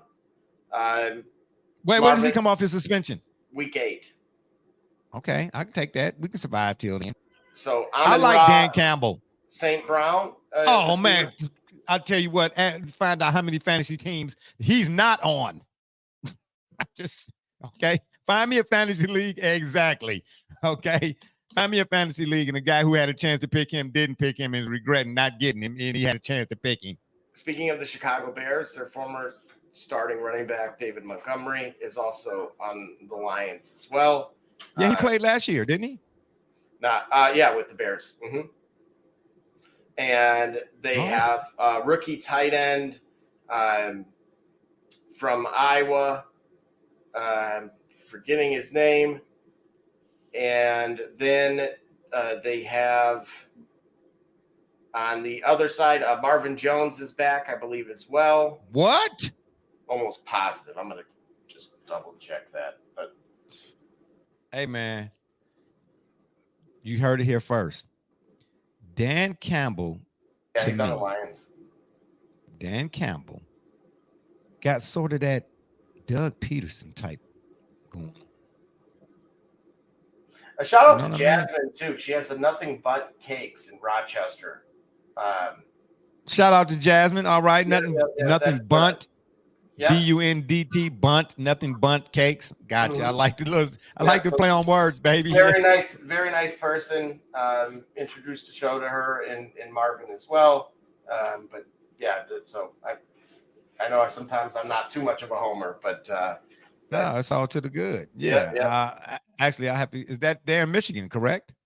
yeah, they're the brand. That's a franchise. So that Oh, particular location that she's the franchisee of, and that could have been what motivated them to come back. Of course, they had a good experience here. He was at Jacksonville for a couple of years, but otherwise, yeah, they came back, and I think that may have a small role in the I why. ain't mad. I ain't mad at him. I know I'll be placing an order here soon. The Vikings It's have the hard. one Go ahead. have the one score, quote unquote, games become the norm. And in addition to that, what are their chances for success this season without Dalvin Cook? So Alexander Madison looks just like Dalvin Cook in terms of how he plays on the field.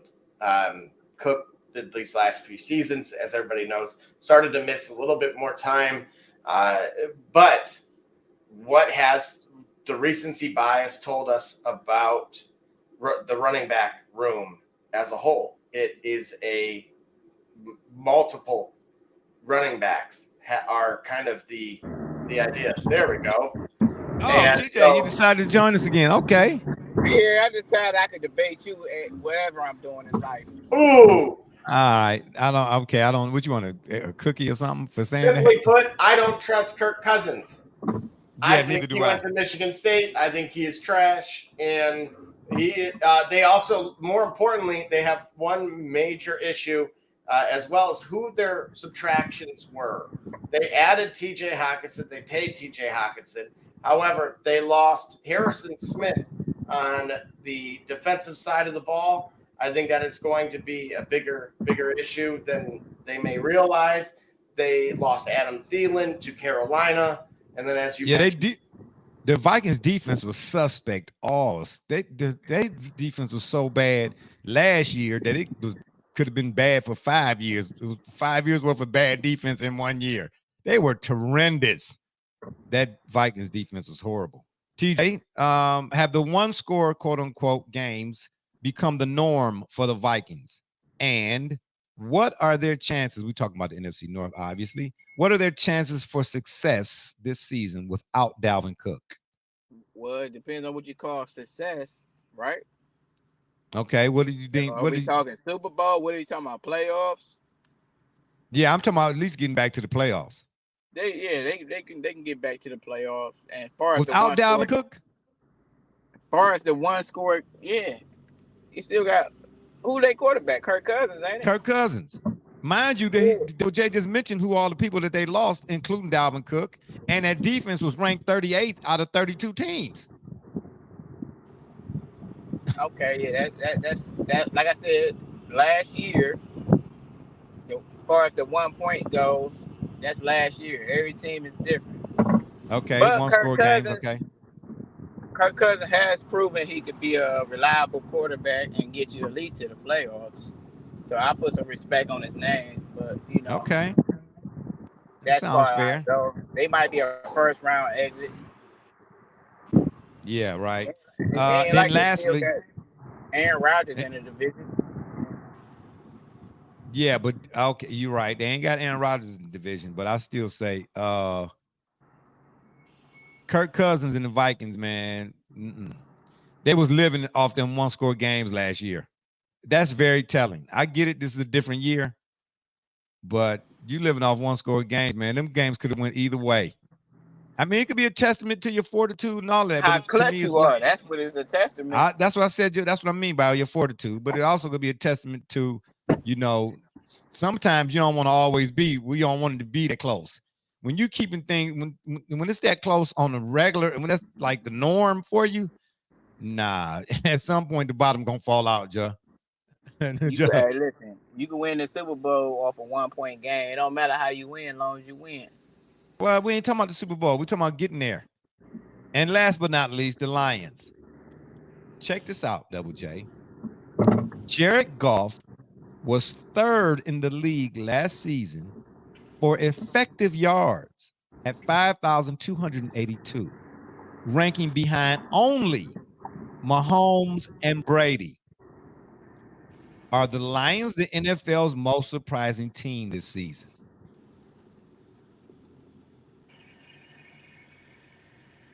Anybody, or will they be? I don't know. I think a lot of people got them. They got them pretty up there. I think they're in the top 15 far as teams.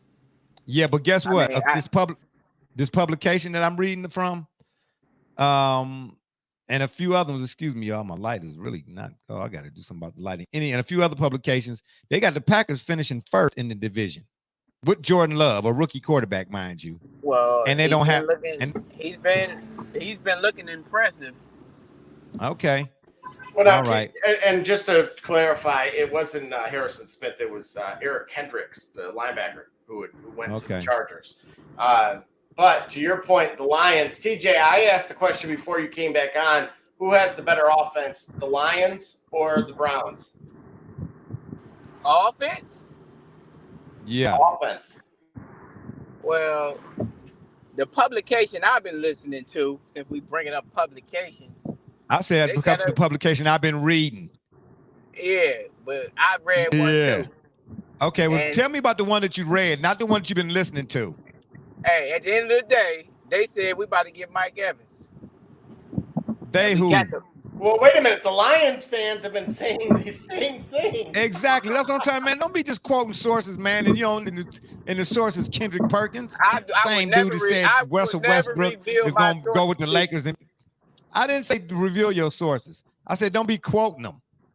And they don't know no more or less than anybody else. At the end of the day, Mike Evans about to be a Cleveland Brown. And our offense already better than the Lions. Come on now. Okay, got you.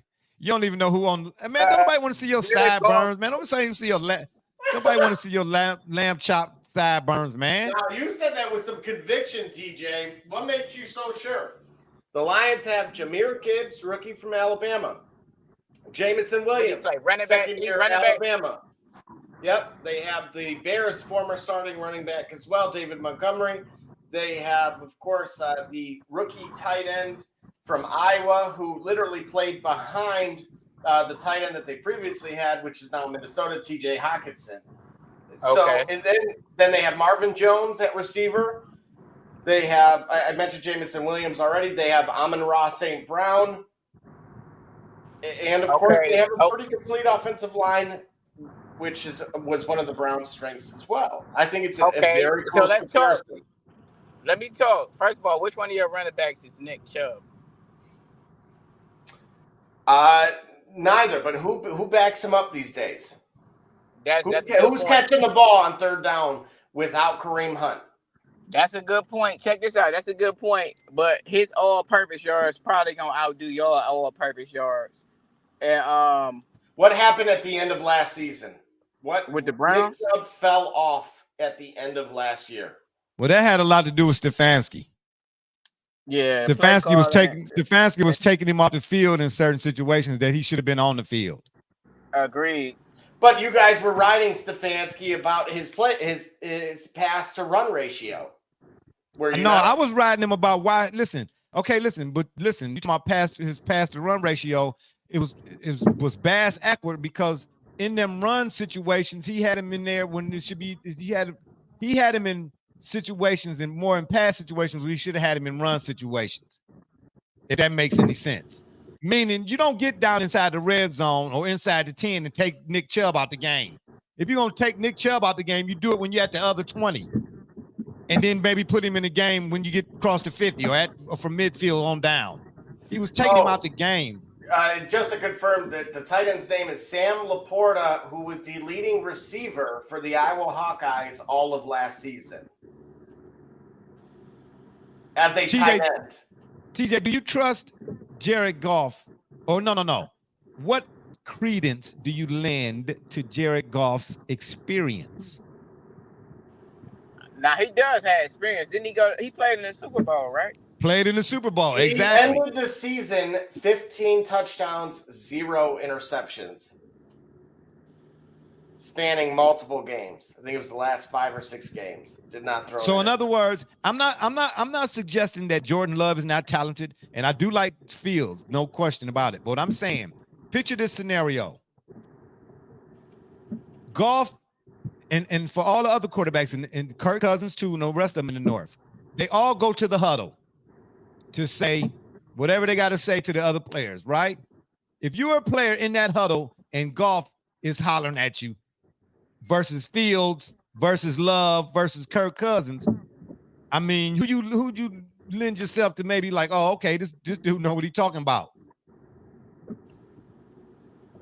Probably Kirk Cousins. Over Goff? Man, Goff played the worst Super Bowl I have ever seen a quarterback play in their life. Okay, man. listen. Wasn't it 12-3? Okay, it was 13-3. You can get there and get mollywopped. Listen, Tom Brady lost to the Giants and Eli Manning, and they had a chance to go undefeated and rival the Miami Dolphins. Come on now. Yeah, but that's one of the greatest defensive lines ever assembled. Okay, but we're not talking about getting to the game. We're talking about the experience of even being in that game. No other quarterback in the NFC North can say that whether they won or lost is irrelevant to the fact that I was there. I'm asking you, are you lending credence to the fact that Jared Goff can say what the other three quarterbacks in the NFC North cannot say?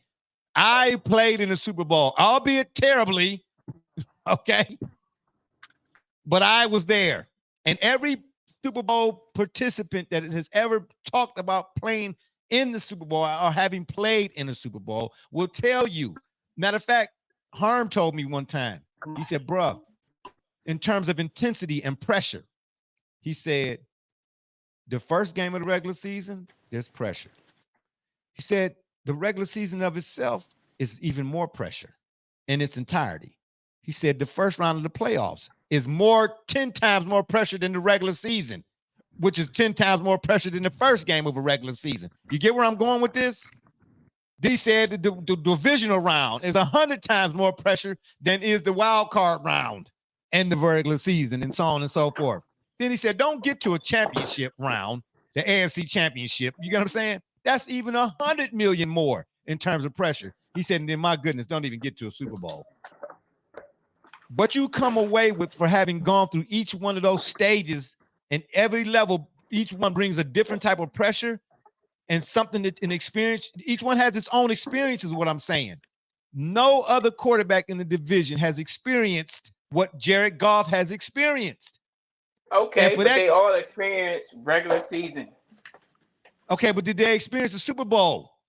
It don't matter. They're not playing the Super Bowl. They only gonna get that pressure. What you told me is the pressure. The pressure only will come in the playoffs. That's based off what you saying to me. Okay, but then let me say it this way. Jared Goff, having gone to a Super Bowl and having had the experience of gone there, he's had more pressure-packed situations that year, if no other year, to deal with that he could pass along to teammates that the other three quarterbacks have not experienced. Kirk Cousins may know what it's like to get to the playoffs, but he don't know what it's like to play in no NFC championship, do he? He don't know what it's like to play in no Super Bowl, does he? Goff can. Goff can make that claim. Listen, and that's a different conversation to his teammates. Playoff games. They're not playoff games. They're regular season games.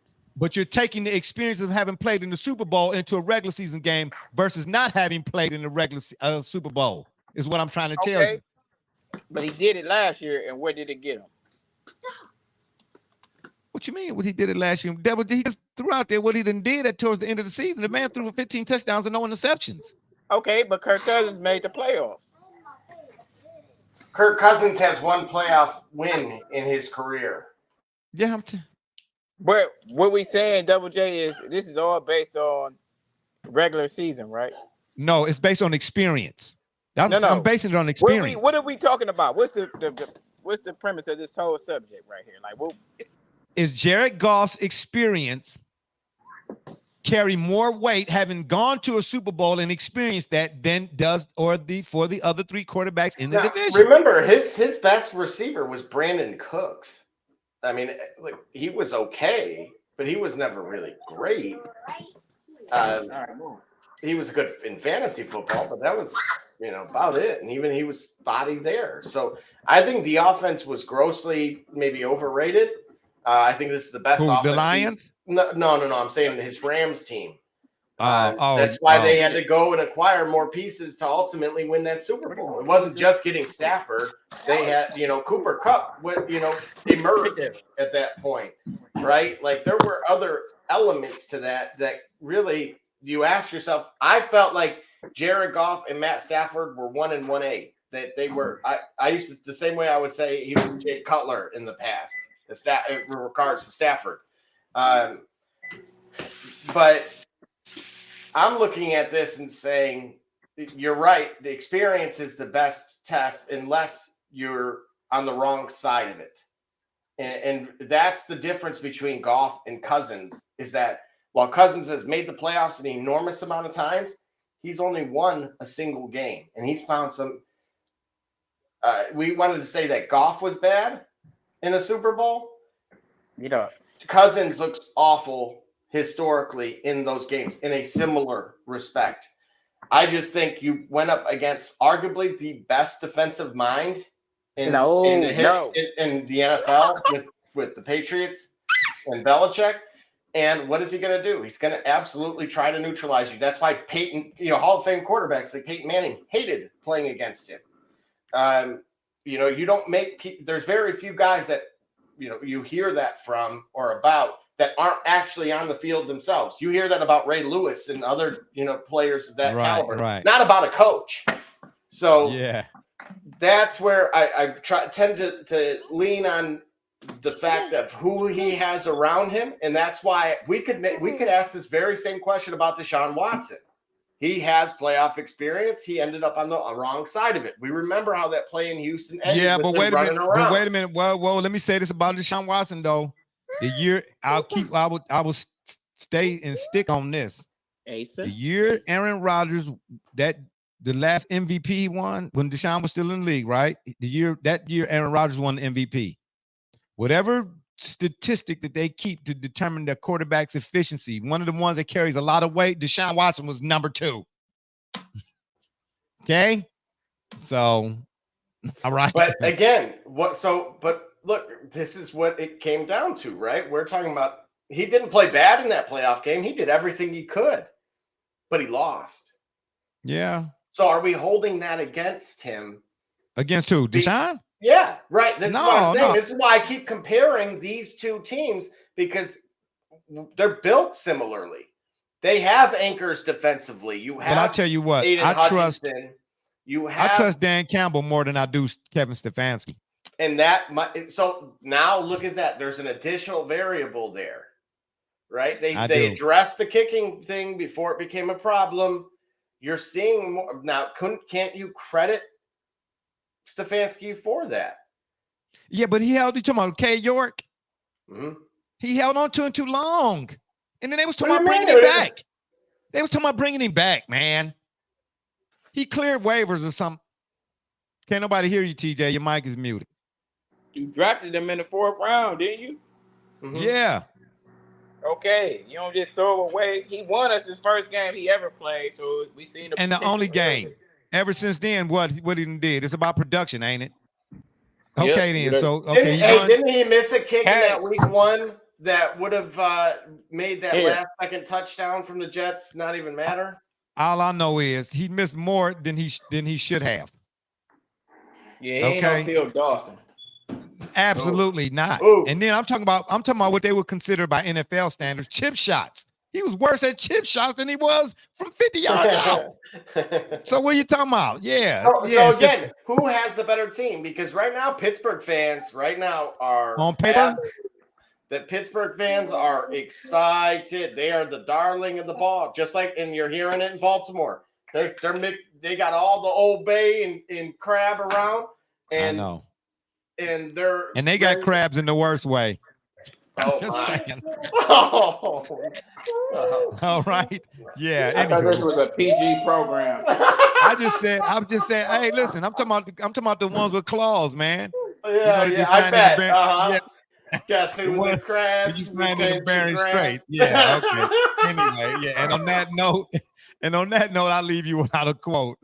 Yeah, oh boy, this has been one heck of a show. It's been fun, but we got to run. Don't forget to check us out every Sunday at 12 on the PM side, right here on the Yard. Or y'all can check us out on Facebook, Twitter, Instagram, the shop's fan page, and of course YouTube. Make sure you hit that subscribe button. We'd be much obliged. You know that button in the bottom right corner that look like the Philadelphia, should I say the Liberty Bell? Wing, wing, wing. Yeah, hit that bell for us. You know what I'm saying? And we'd be much obliged once again. If that don't work, y'all can Google it. For my man's Be Rich, Double J, TJ, D Gully, and all those who follow and support us, we say thank you. Barbershop Jay, you've been listening to the Shop Report. Oh, and remember, the next time y'all want to know what's really going on, man, come to the shop. Walk-ins are always welcome. Holla.